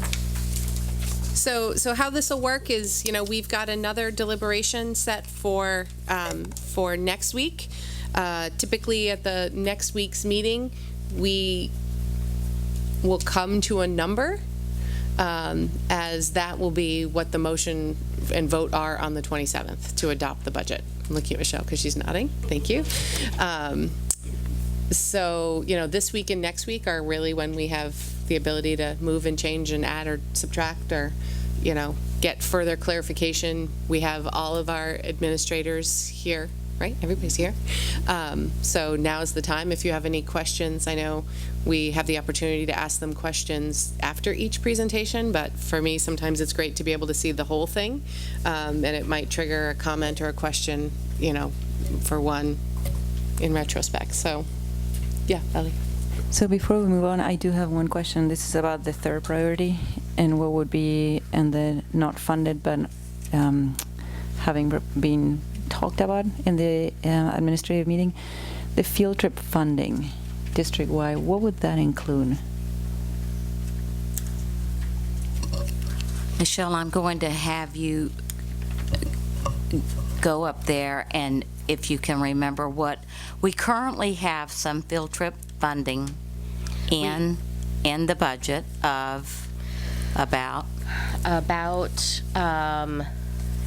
22,000, I think. And so this would just increase that amount by, what did we suggest there? 32,000. And what that would be spread across, I think we talked about from elementary through 8th grade. We were talking, I think, 3 to 8. We weren't counting K to 2. Okay, so I thought we did a little bit, but I thought it was a different price. I'm looking at the administrators on that. It was a lower and rate for K to 2. it's just to put more funding in the budget for field trips so that that results in asking parents for less money to go on those trips. So we had quite a bit of discussion around that. So when we say that it will result in asking parents less, would that also factor in maybe less fundraising at the school level to fund the trips? Would that amount fully fund the trips? No. We had looked at what it would cost to fully fund the trips, and I'm looking out of who remembers what that number was. I felt like it was well over 100,000, and since we stopped counting at 120,000. Thank you. Yeah. Cynthia will look. She'll look because we have notes on it. So this field trip funding isn't expanding field trips. It's funding field trips we're already doing, or a portion of the field trips we're already doing. Yes. Correct. To have to fundraise less. Yeah. What field trips are they paying for? Chewonki and Kiev. Kiev is like $150. I don't even remember if I paid. Could a couple of the principals go up and give examples? Will, I'm looking at you. Do you have students pay for a portion? I guess okay. So we'll just have each of the principals kind of talk about how they do that. Yes, our most significant financial impacts, our third graders go to Wolf Neck Farm School for 4 days. Our fourth graders typically do a one-night overnight. This year it's with the Ecology School. Last year they went to the Boston Museum of Science. Our fifth graders go to Chewonki's outdoor classroom for 4 days and then do a one-day trip to Boston, which is focused on Revolutionary War history. And sorry, but what would be the percentage that this would help cover of the cost of those 3 field trips? What I believe is $27 per student, which still covers just a small, about a quarter of the cost. Less quarter. than. PTC, if we take, PTC is a heavy funder for us right now. So it's a quarter to a half, depending on what PTC's contribution is. Thank you.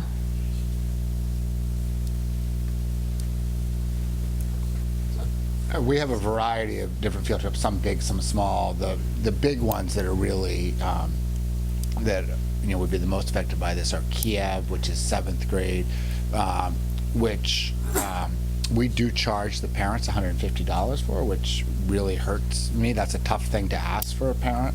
That was the price we asked when I got there, and we have never increased that price in 10 years. We've just worked on bringing in more money to help keep that price down. The overall cost is more than that. Yeah, that's not the whole cost. The school is paying an additional part of that to help offset that. Kiev helps us with a reduced rate as well.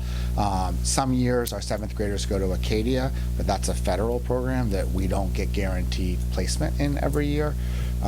So that is one that is going to be coming up and coming into the rotation for a little bit because we just got notification on that.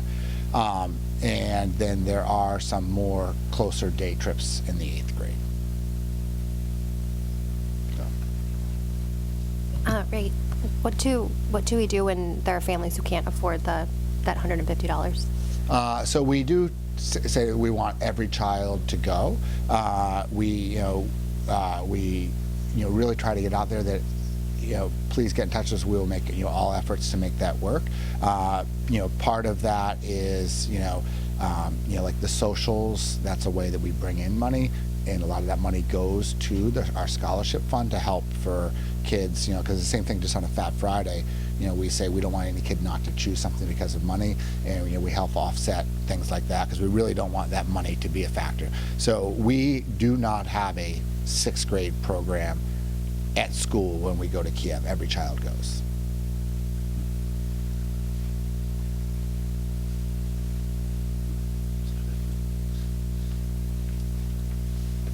For us, the most significant costs are our 6th graders go to the 4-H camp. and they raise that money. So as fifth graders, they do fundraising, and they're sort of combined with a sort of raffle and fun fair in the spring, and that contributes towards their trip to Boston, and then combined with PTA and other fundraising supports that cost of going to the 4-H camp. And then 8th graders do a day at Ripple Effect, and they fundraise for that by doing different activities throughout the school year to kind of raise those funds, and again with sort of some PTA support for that too. So those are the most significant costs.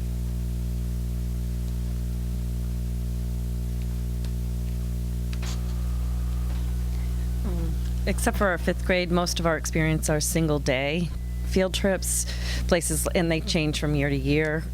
Traditionally, the Maine Wildlife Park, the planetarium, this year the theater at Monmouth, and all of those are impact funded, or we've had great luck with the FPAD grants also helping with field trips. The most significant cost to families is our 5th grade field trip to Chewonki. Chewonki charges us $200 per student, and we've been able to, through our PTC and other fundraising, cover all but $50. So the kids pay $50, and we also have scholarships for those thanks to the generosity of our parent group. And Julie? And Jen, could you speak to the high school? Thanks. So all of our grades pre-K2 go on some kind of field trips, locally based. So pretty much PTC funds at one field trip for each grade level each year. And if we end up going to a second, parents are asked to support that, but it tends to be within the $10 range.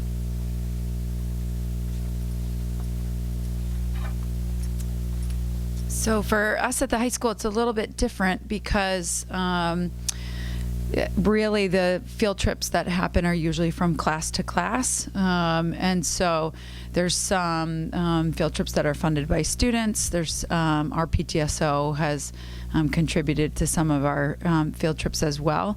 And then the one thing that we have done for the whole grade level has been Challenge Day for the last 4 years.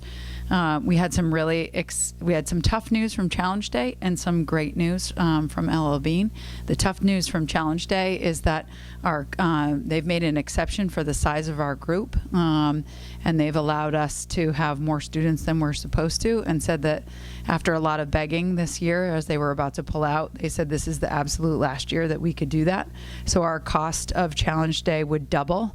We'd have to split the class in half, which really goes against what we were trying to develop with Unity. The great news is that LL Bean has come forward. Dr. Foley knows actually more of the details than I do. She's been working with Dee Dee Bennell on this.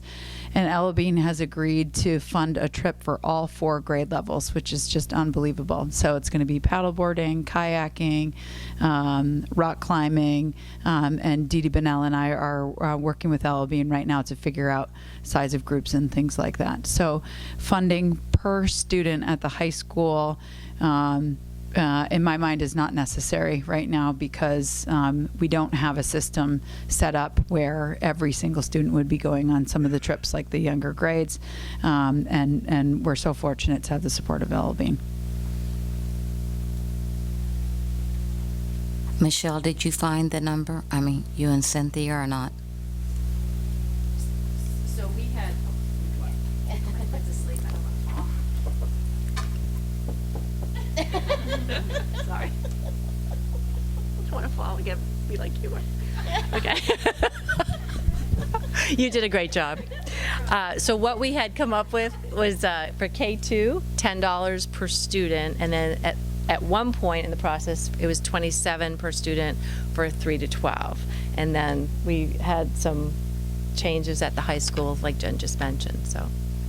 But we don't have an overall number to give them right now. We have a spreadsheet, but Okay. there was no totaling. Okay. And so it was definitely from what we could see over 100.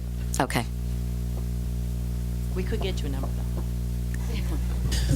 though. Cynthia,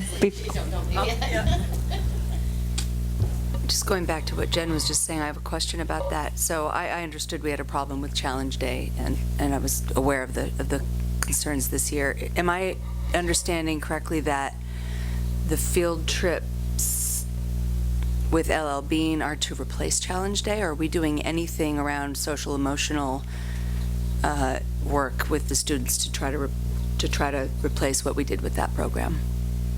Because in my mind, that's not the same thing. I would agree with you that it's not the same thing. It's very different. But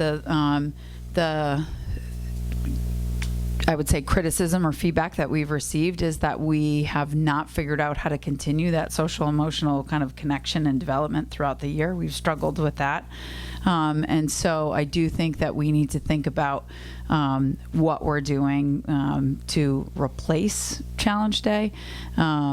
But I think that we needed a lot of work to figure out how to make that impact students throughout the whole year. And I think we'll need to do that in the same way with the LL Bean events as well.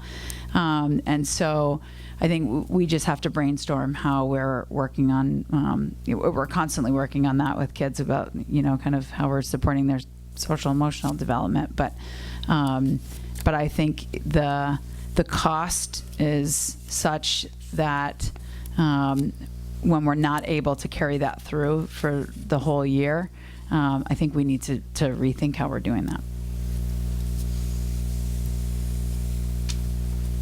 Kate.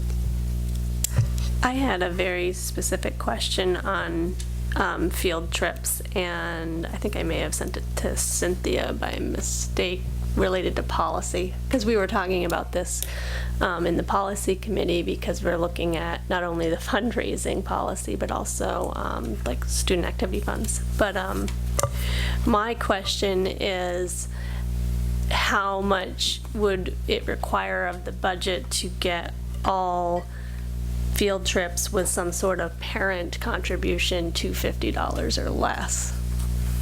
I forwarded it to Michelle, and I think I responded back to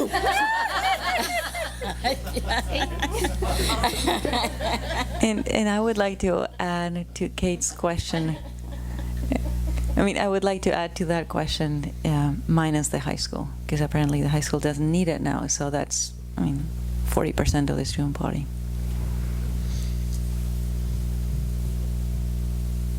And these were only ones that required some sort of parent or student contribution. And while Cynthia's looking for that, I'm going to give Cynthia another question that was probably in that spreadsheet too.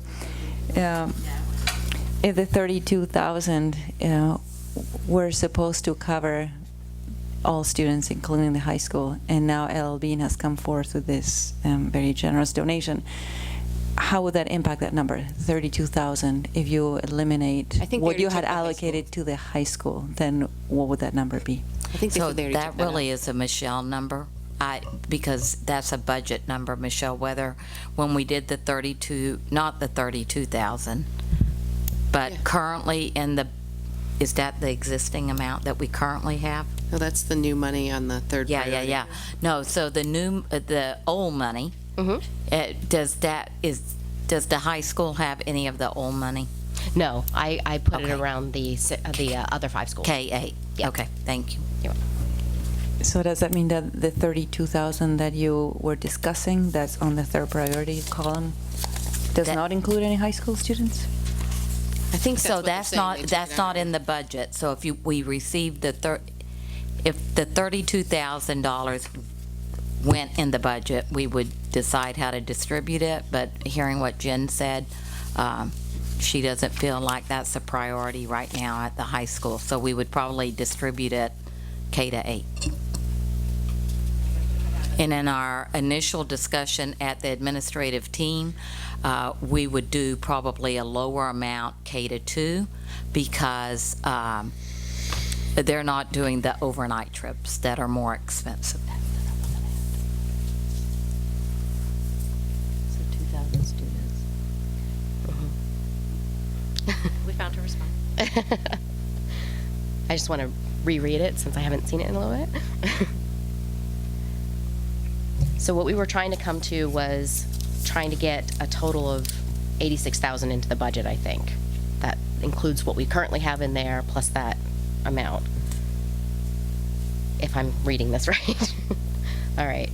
And is that in response to Kate's question This is in of response to getting Kate's it down to $50 or less for every student? Correct. So That we would we- need to add another 50 to this 32 to get to that number, or, because there's some in the budget already. There's some in the budget already. And clearly what we that's did still was I just resulting in fla- people spending $150 for some of the trips. Yes, it does. It does. So I get nervous when we're throwing numbers around. I do too. But, I do I too. don't mind saying this is our best estimate right now, and then getting clarity and having you guys, we can report out on that next week, or I can even include it in the board update, that I send to you on the weekend, and then, you'll know what you're dealing with. Yeah. Yeah, no. Let me redo this and get Kate, back to do you. you think that's too low? Oh, it's too high. Oh. For the number of field trips that we have parents paying over $50 to participate in, I'm thinking like, I know of, so like Chewonki at PES is $50, so you wouldn't count that. So what you would count is something like Kiev, where you're paying $150. So you would only count the $100 per student. That's not the calculation. Okay, so that's not how That's we, not the email that I answered. So I would, Okay. even if I would have read this to you, it would not have answered that. Okay. But do you understand what I'm asking now? I do understand exactly what Cool. you're asking. I would so have to that do a lot is more research. Yes, that's a very different question than the way the administration approached it. We approached it as if we wanted to increase if we were paying for every experience there was, what would that kind of cost? But I think even if we were talking about like adding that in, we would leave it up to the administrators to decide when to use that money on what trip. But what I'm hearing you say is if we were just to put in the budget any program where we're requesting more than $50, what would that amount be? I agree with you, that would be far less. Okay, so we'll try to do Completely both different those question. calculations for So you. that's not the question I answered. Yeah.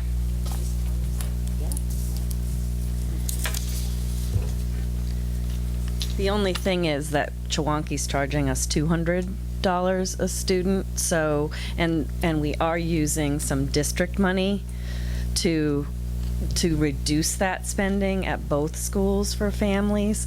So I think you would have to count that because it is a per student cost to us of $200. No, but I think the point is our goal, if the goal of, as in general, was to limit the out-of-pocket of parents to $50 or more, what would it cost to subsidize that? But the funding formula that's going into place is different than what's already existing.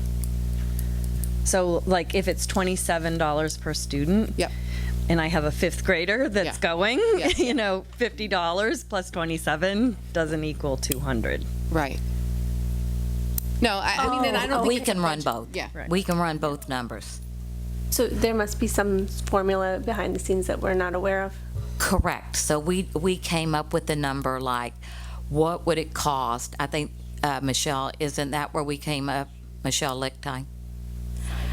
If we, the number where we got to 32,000, we calculated how much per student. That's where we did the 27. That we did 27 for the one grade group and 10 for the other grade group.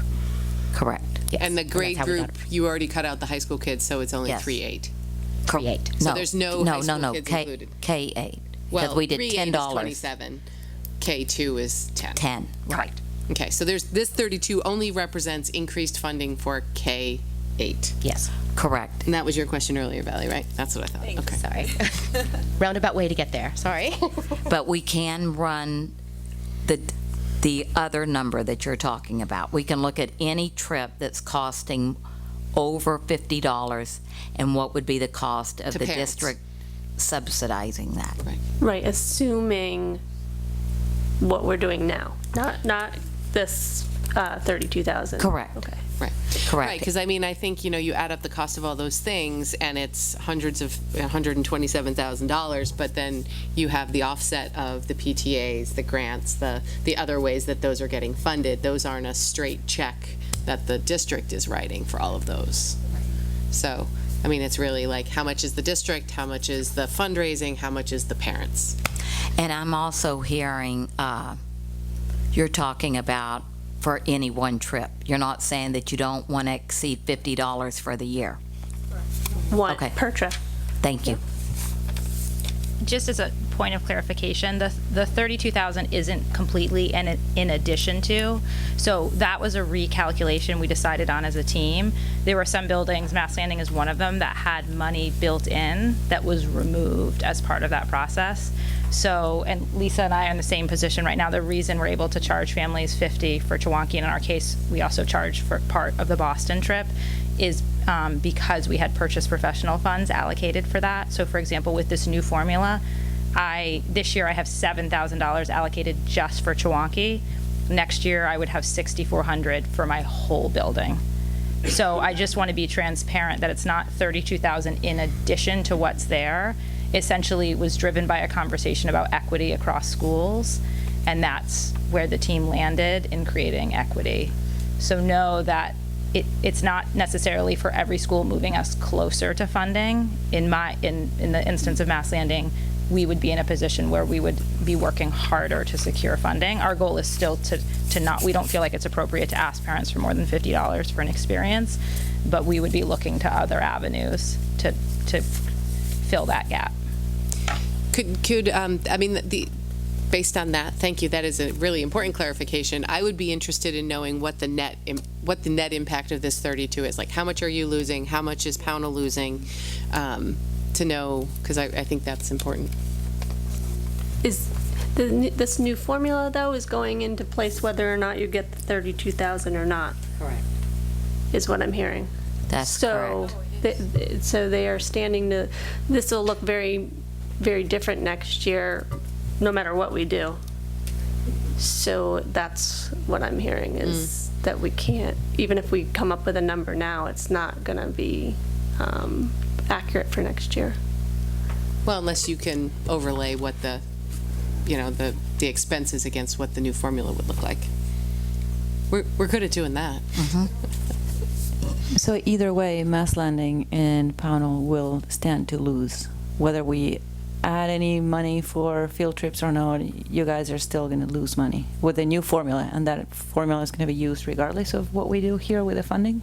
Is that what I'm hearing? Yeah, the formula will be used regardless in order for it to be equitable, so that one building or town is not having to necessarily fundraise more than another. But let us do the numbers to tell you how the 32,000 will impact. I can't. Okay.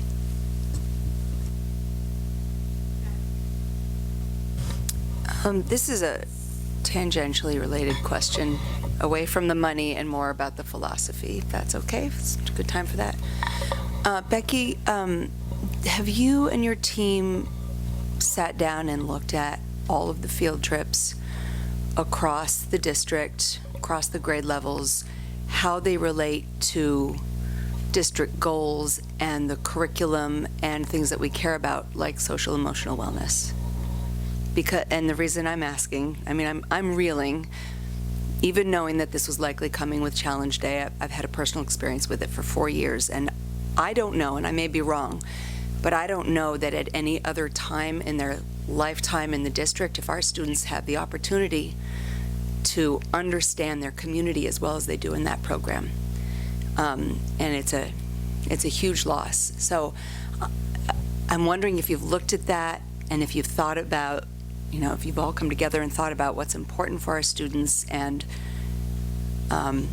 aside from the funding, like, do we just go to Chewonki every year? Because I know it's related to the curriculum. I know that, but do we just do things because we've done them every year, or are we thinking about what's happening in the lifetime of a student in the district? So I would say the answer to that is we have not come together at a B team and said, bring every field trip that you ever go on, and let's talk about that. We have not done that. That feels like a really daunting task, and I say that because I sign off, I think, on every field trip, and so does every administrator.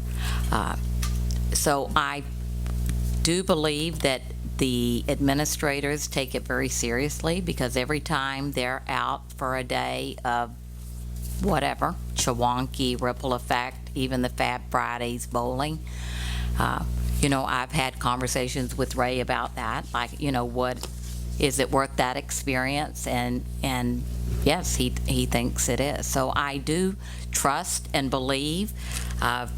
On the field trip form, it has documentation about what they're doing and kind of why they're doing it, so I do read all of those.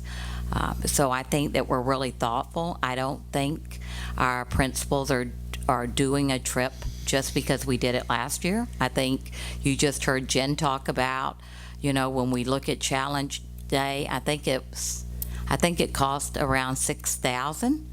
So that would be $12,000 for that one day.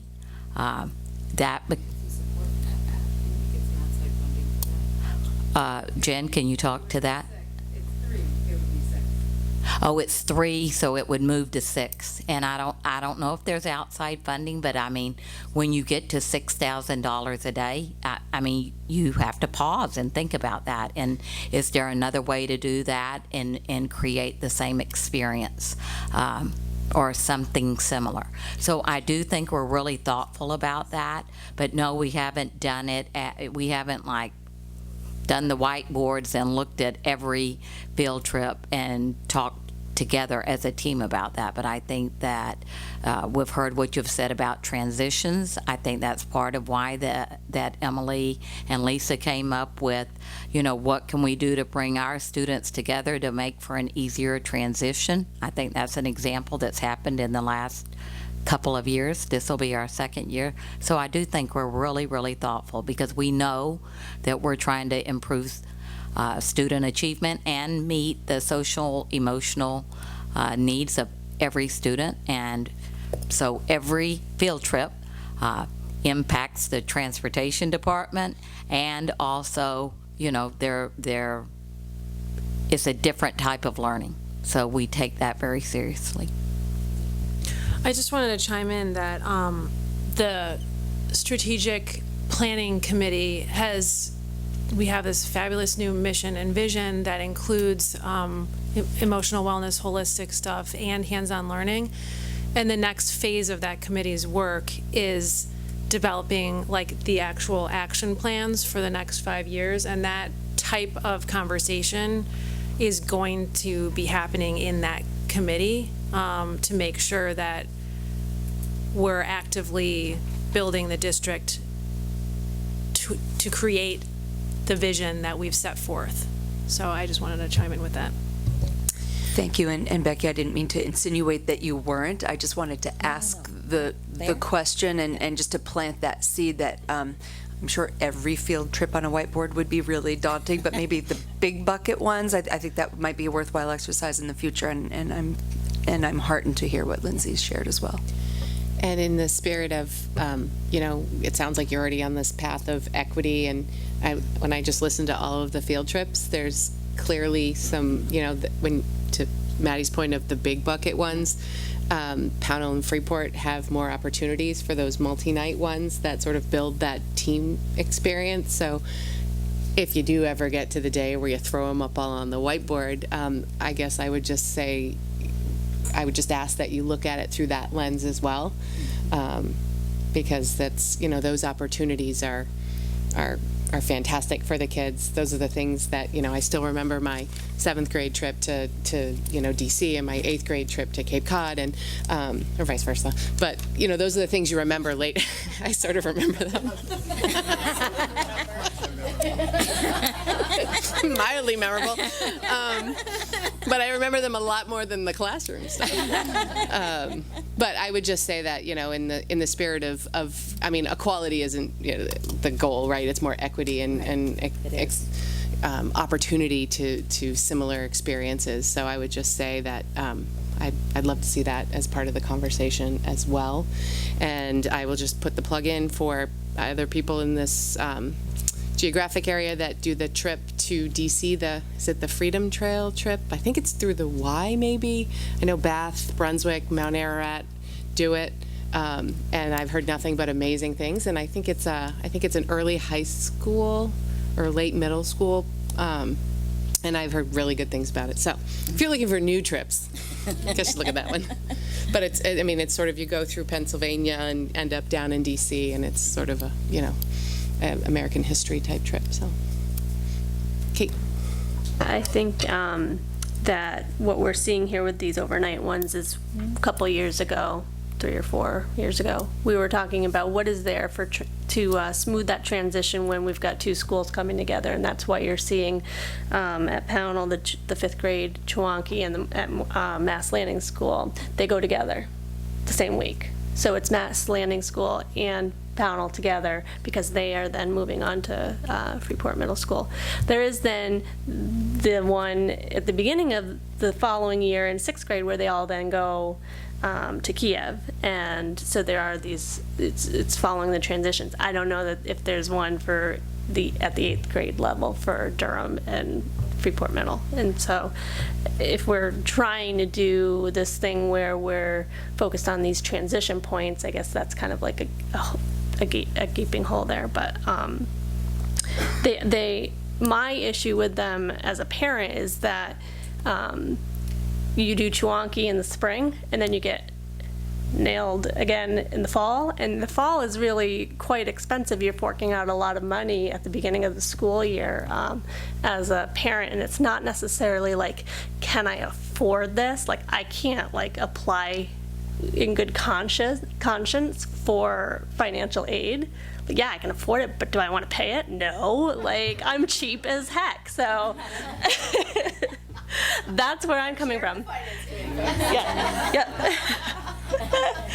So I mean, that's where my perspective comes from, is especially when it seems like, oh, we've got to get all these school supplies, and then you're paying for the insurance for the laptop, and then you're writing out a check for whatever. There's tons of things. You're filling up the school lunch account. So it just seems like one thing after another, and then to get the $150 expectation for Kiev seemed just over the top at that point. And it's mandatory. We're making the kids go, and there's no option to opt out. And so it just seemed like I have to pay the $150 whether I want to or not. And so that's where I'm looking at trying to buffer the parent expectation on those. But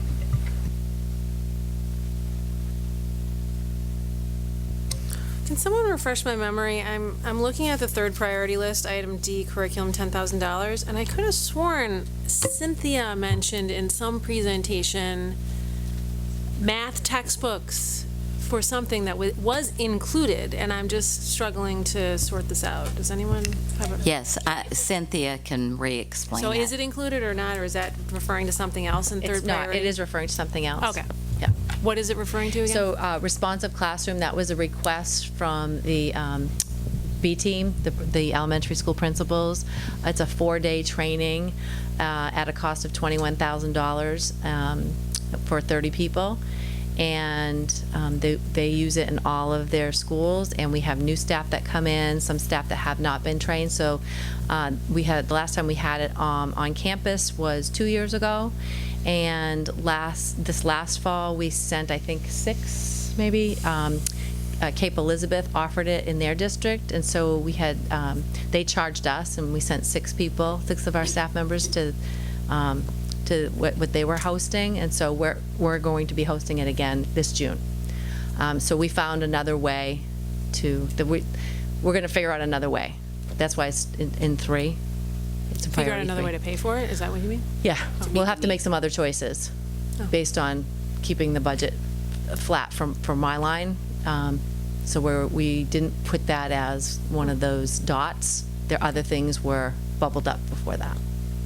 But we're still going to do the training. We're just going to figure out other ways to get to still maintain what we're doing in other areas. Is this like a Greater Alliance? No. No. Responsive classroom is not related to. If we don't. You're talking about I'm forgetting the acronym. So it's GC. Greater Sebago Educational Yeah, I mean, Alliance. it sounds like an opportunity for something. It could be, but be it's proposed only for 30 people, and we already have on our list over 21. And so we'll probably get really close to filling it ourselves and just need a couple of, other slots will be open. But it could be that if there are remaining slots that We'll we charge. would charge and offer it to that group first. Right. So the key takeaway of that one is you found another way, so you don't need it on here. I think we're funding it out of this year's budget, right? Right. I hope so, if you're doing it in June.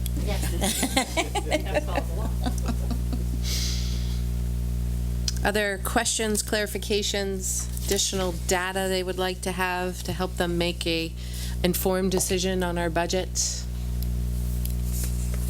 I'm always interested what the students think of our budget conversations. I think it's interesting, and I'm trying to understand it all. So are we, Rhea, so are we.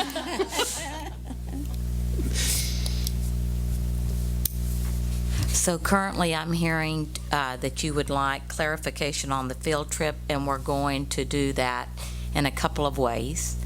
I guess I want clarity about the tennis courts because I heard a few things. So are you wanting something by next week, or are you okay with waiting until the fall?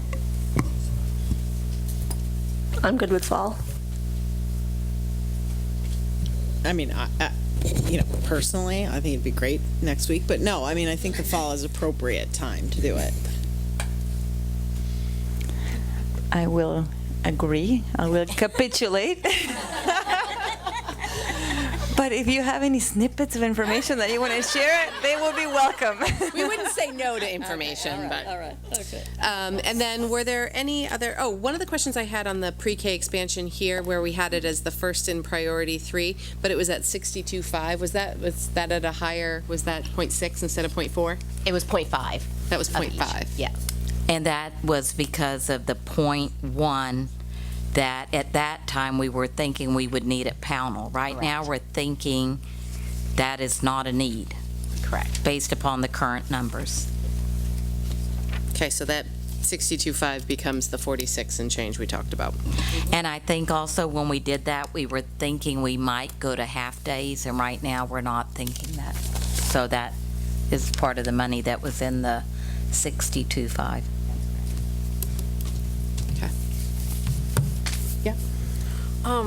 There are a lot of RTIBs popping around. Can someone just refresh my memory? What does the B mean? Behavioral. The behavior, and that was, if you remember, Will started that model at DCS 2 years ago. This year, Ray has it at Freeport Middle School. It's gone well in both of those schools, and now the elementary schools would like a similar type program. And this really is to have an ed tech available to help students that are on support plans with a lot of checking in, checking out when they earn a break or something like that that's built into their plan. There's an ed tech that can do that. And that 83,000 is how many FTEs? That's 2.5. Thank you.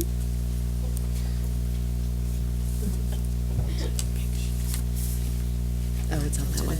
Okay. I'm trying, as usual, I'm like shuffling between pages. Okay, the only thing I think that's on these priority lists that you had given us that we haven't really talked about, I mean, we talked about the field trip, the curriculum, the pre-K, is the bus driver custodian maintenance piece. And that's next after the pre-K expansion. Can you remind me what that's about? Did Dennis leave? He did.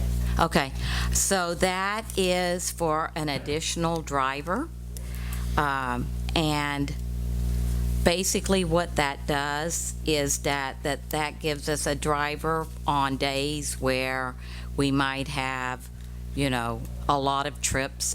I think this impacts sports the most, where sometimes in order to have enough buses or I think it's normally the drivers, we have to pull kids from school early. It doesn't mean that would stop. It would just give us the opportunity to have one more driver on those kind of days to help lessen that. And then on days when the person is not having to drive, like right now we're kind of between sports seasons, so it's not as busy, we would be having that person cover custodial maintenance items in the district.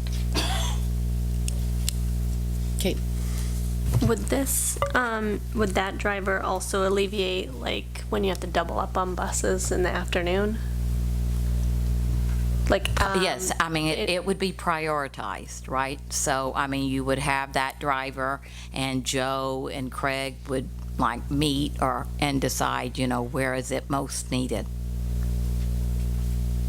Let me tell you, nothing gets parents fired up more than canceling a sports Yes, game. I know, we've tried 'cause to. there's no bus. Right, we've tried to minimize that, but I think it has still happened a few times this year. Craig, do you want to talk to that?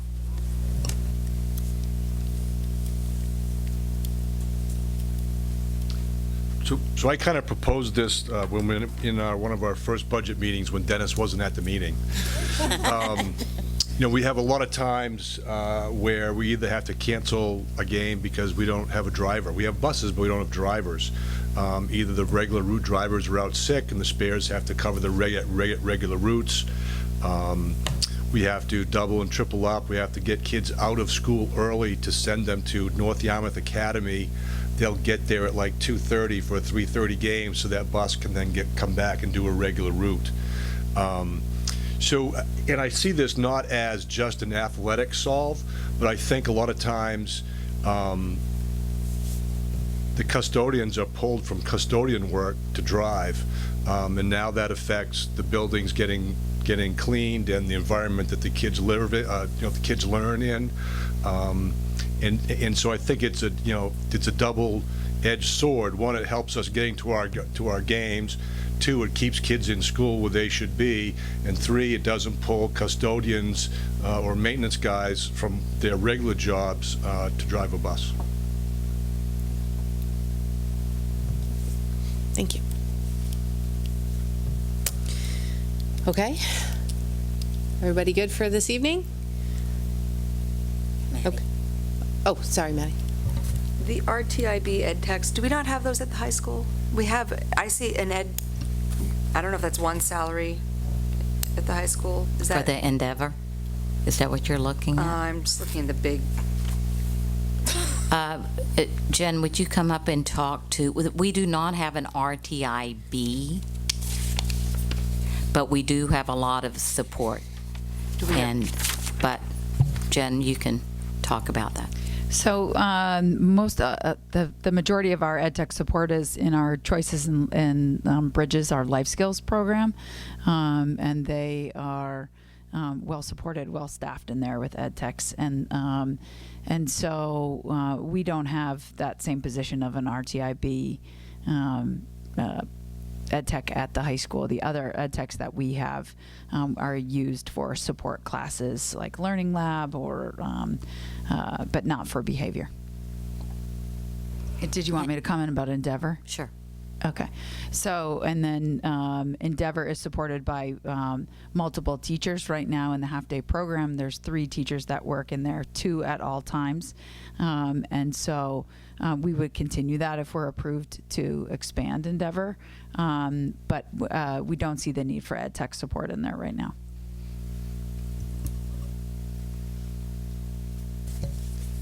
Okay. All right. Dig through my pile here and find our agenda. So I would say to the administrators that, policy is sometimes, well, I don't even know that we have policy, stipend positions, and we have the Sustainability Committee and the Greater Sebago, but if they're not interested in those topics, I'm happy to have them leave. Thank you for coming. But you're welcome to stay if you'd like. Yeah, of course. Yeah.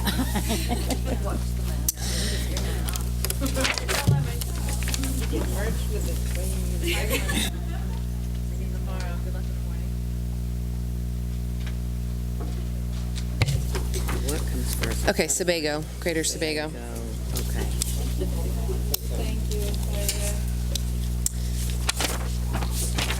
Okay, so you have what you need for additional information that we've asked for next week. You know what? List review. That's probably a good idea. You know, so for next week, I'm coming back with a couple of options around the field trips. And if I have time to put something together on the tennis courts, I'll have that. And if not, it'll wait till fall. Okay. That was all we had questions on? Wow. All right. So, moving on from the budget review on unfinished business, consideration and approval to adopt the Greater Sebago Education Alliance interlocal agreement and authorize the superintendent to execute and deliver said agreement. Is there a motion? Valley, second from Kate. So this is just our final step, right? Because they still have their final vote, although they did vote to accept us, but they will do a similar vote to sign. Is that? That's correct. So they did give us a unanimous vote with the superintendents, but now this is the official agreement, so it has to be voted on again. And I would like to add that I met with Jim today, our technology director, and he shared how he is already meeting with the other tech directors in the Greater Sebago Education Alliance, and they're just doing a lot of great brainstorming on how they can support one another and partner together. So that's just the most recent example of that. So this is really the agreement, which is what is pretty much is it is the same agreement that we agreed to last time. And so we're voting on it, and then they will vote again on March 18th, and that will be the final step. Okay. So does anybody have any further questions? I mean, it looked to be the same as the other one. I didn't do a line-by-line comparison, but. Did somebody do a line-by-line? Did you, Kate? No, I did not do a word by word, but yes, I was assured that it was the same agreement, and I don't have Michelle here who does review all the contracts also. I don't know if she did it word by word. Did Drummond Woodsum review it? Actually, yes, they wrote it. If I had to guess, I'd say they probably wrote it. So yes, they did review it. Okay.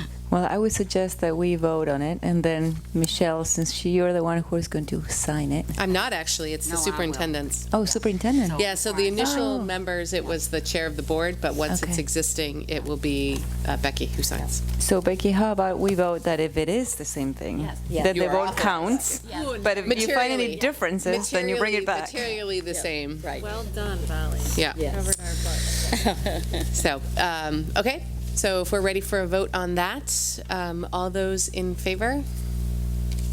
Opposed? None. Thank you. All right. Okay, so consideration and approval of committee members for the RSU 5 Sustainability Advisory Committee. And that's in here somewhere, right? It is. It's your yellow sheet. And I have one addition. And Mar, you had a question about, will you see kind of like the resumes and we don't, well, not the resumes, that's probably an exaggeration, but. Like you got resumes? Yeah. I do have the letters of interest, but we normally just kind of look at who it is, and you kind of vote as a whole. We don't go into detail. Mara did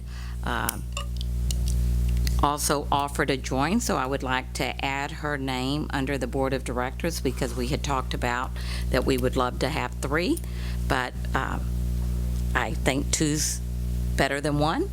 But we were willing to just go with one. So I just consider that gravy. In talking to Michelle Richardson, we did not have like people from each town, and we do have one person from Pownell, Marie Went. The other 4 names that you see listed, Cap Wallingford, Bob Stevens, Amanda Johnson, and Stephen Constantino. They're all from Freeport, but we're comfortable just accepting all members that showed interest. Students, we had a place for 2 and we had 3, but you can see that it's going to work out well because right now 1 is on a semester abroad and then 1 is a senior. And so I am recommending that we accept all 3 students also. Maddie? Did we have no teachers?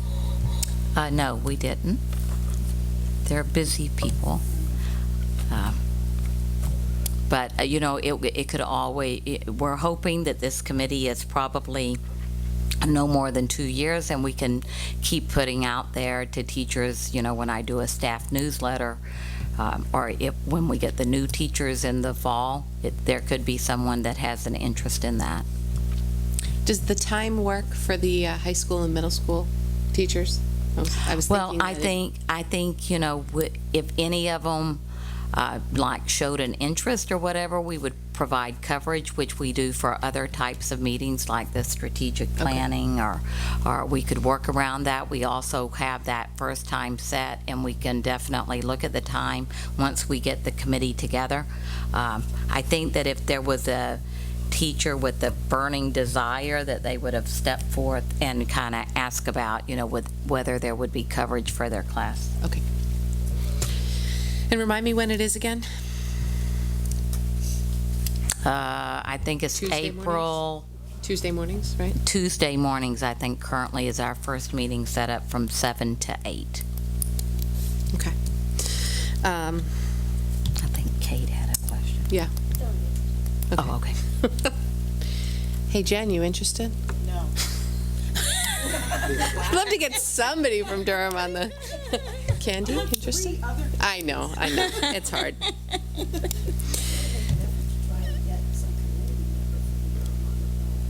Okay.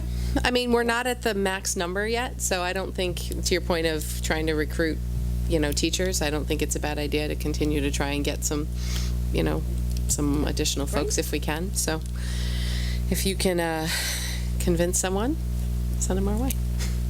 You too. I'll work on it. Yeah. Okay. So any questions?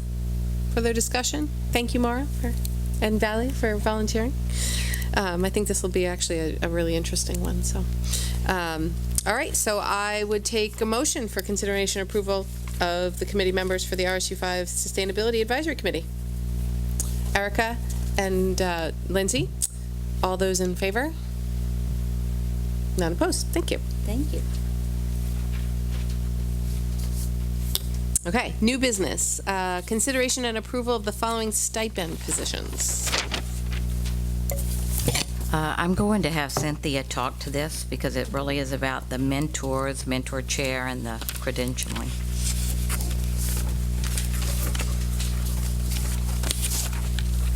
As you know, we will be having a more in-depth presentation in April, but we, as the new law has changed, we now, as part of our PEPG, have to have offer mentors as a support for our new teachers.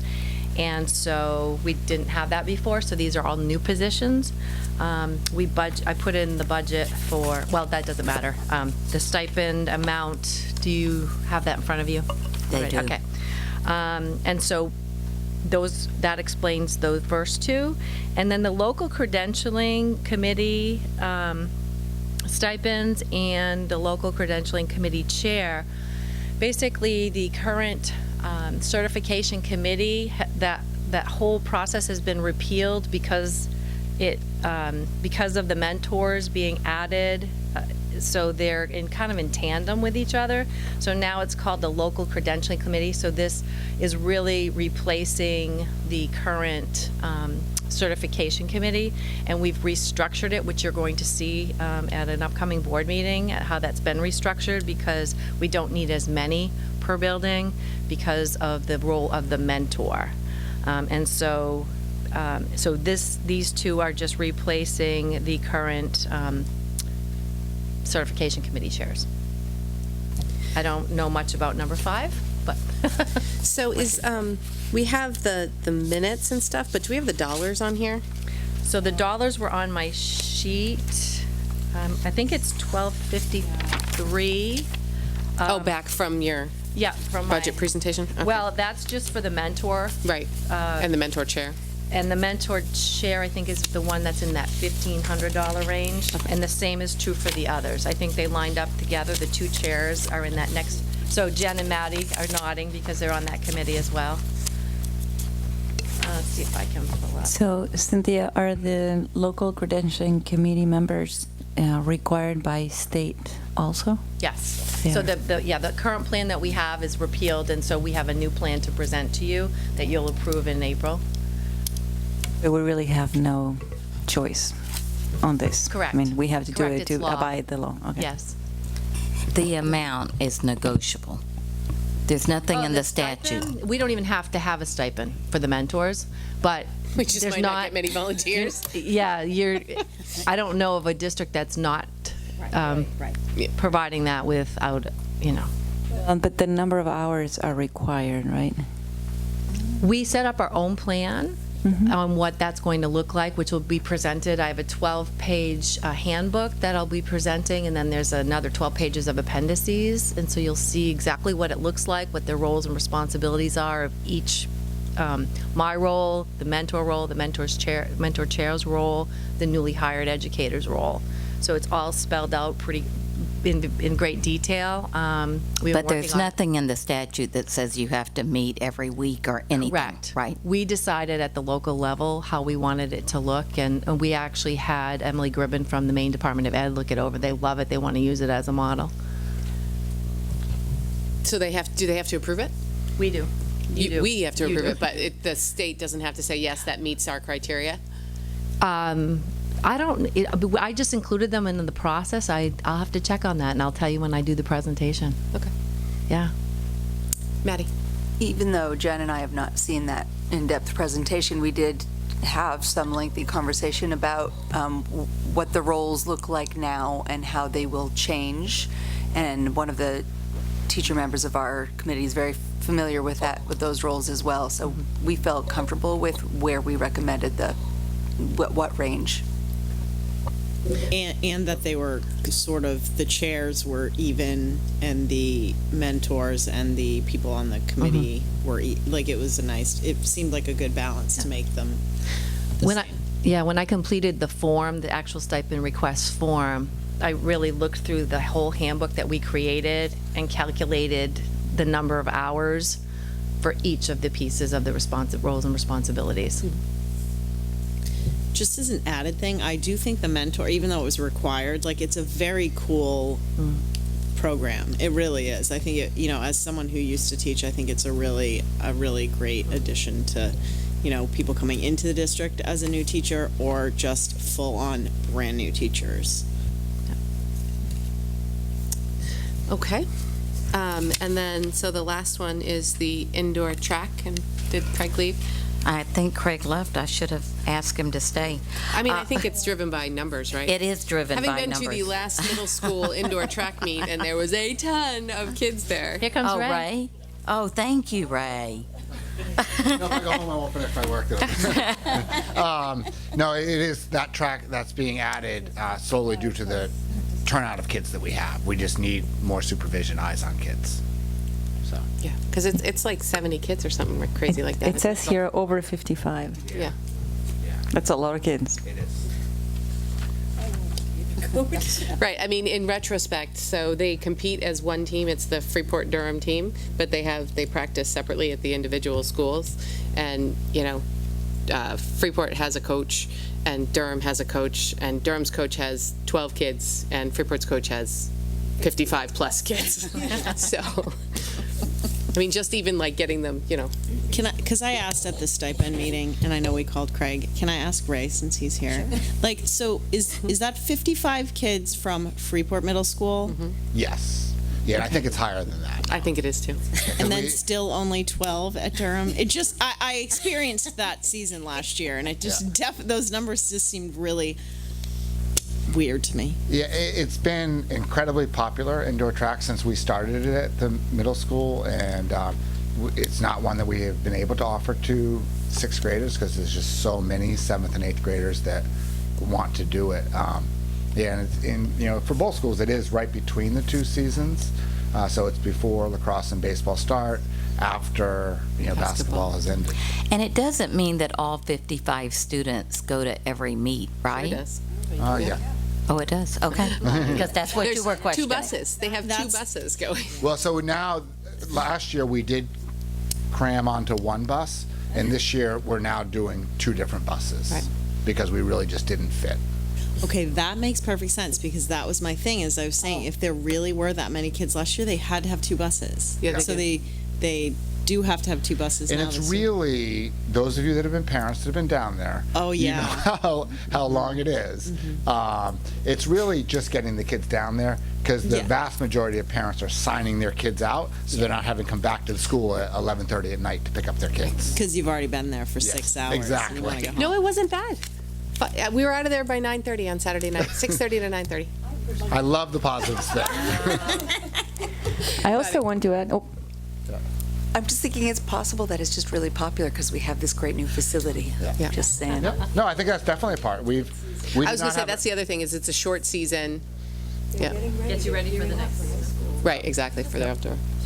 and I wanted to say just the poor coach. I mean, the coach is there every day after school, every day of the week, and then they have meets on Fridays. It's 5 days, or Saturdays, 5 or 6 days a week. Who can sustain that level of effort without an assistant? I mean, we're going to lose the coach if we don't fund the assistant. Yep. So, all right, so any questions on the stipends requested? So I would take a motion for consideration and approval of the following stipended positions: new educator mentors, mentor chair, local credentialing committee chair, and FMS indoor track assistant coach. Erica, Vali, all those in favor? None opposed? Thank you. No personnel? No. No one left for public comment? Okay, so then I would take a motion to adjourn. Jen, we'll give that one to Jen. She's really excited about it. And Lindsay, all those in favor? Okay, we are adjourned. That might be a record, guys. Thank you. Nice job. 9 o'clock on the button. I know. Yeah, nice.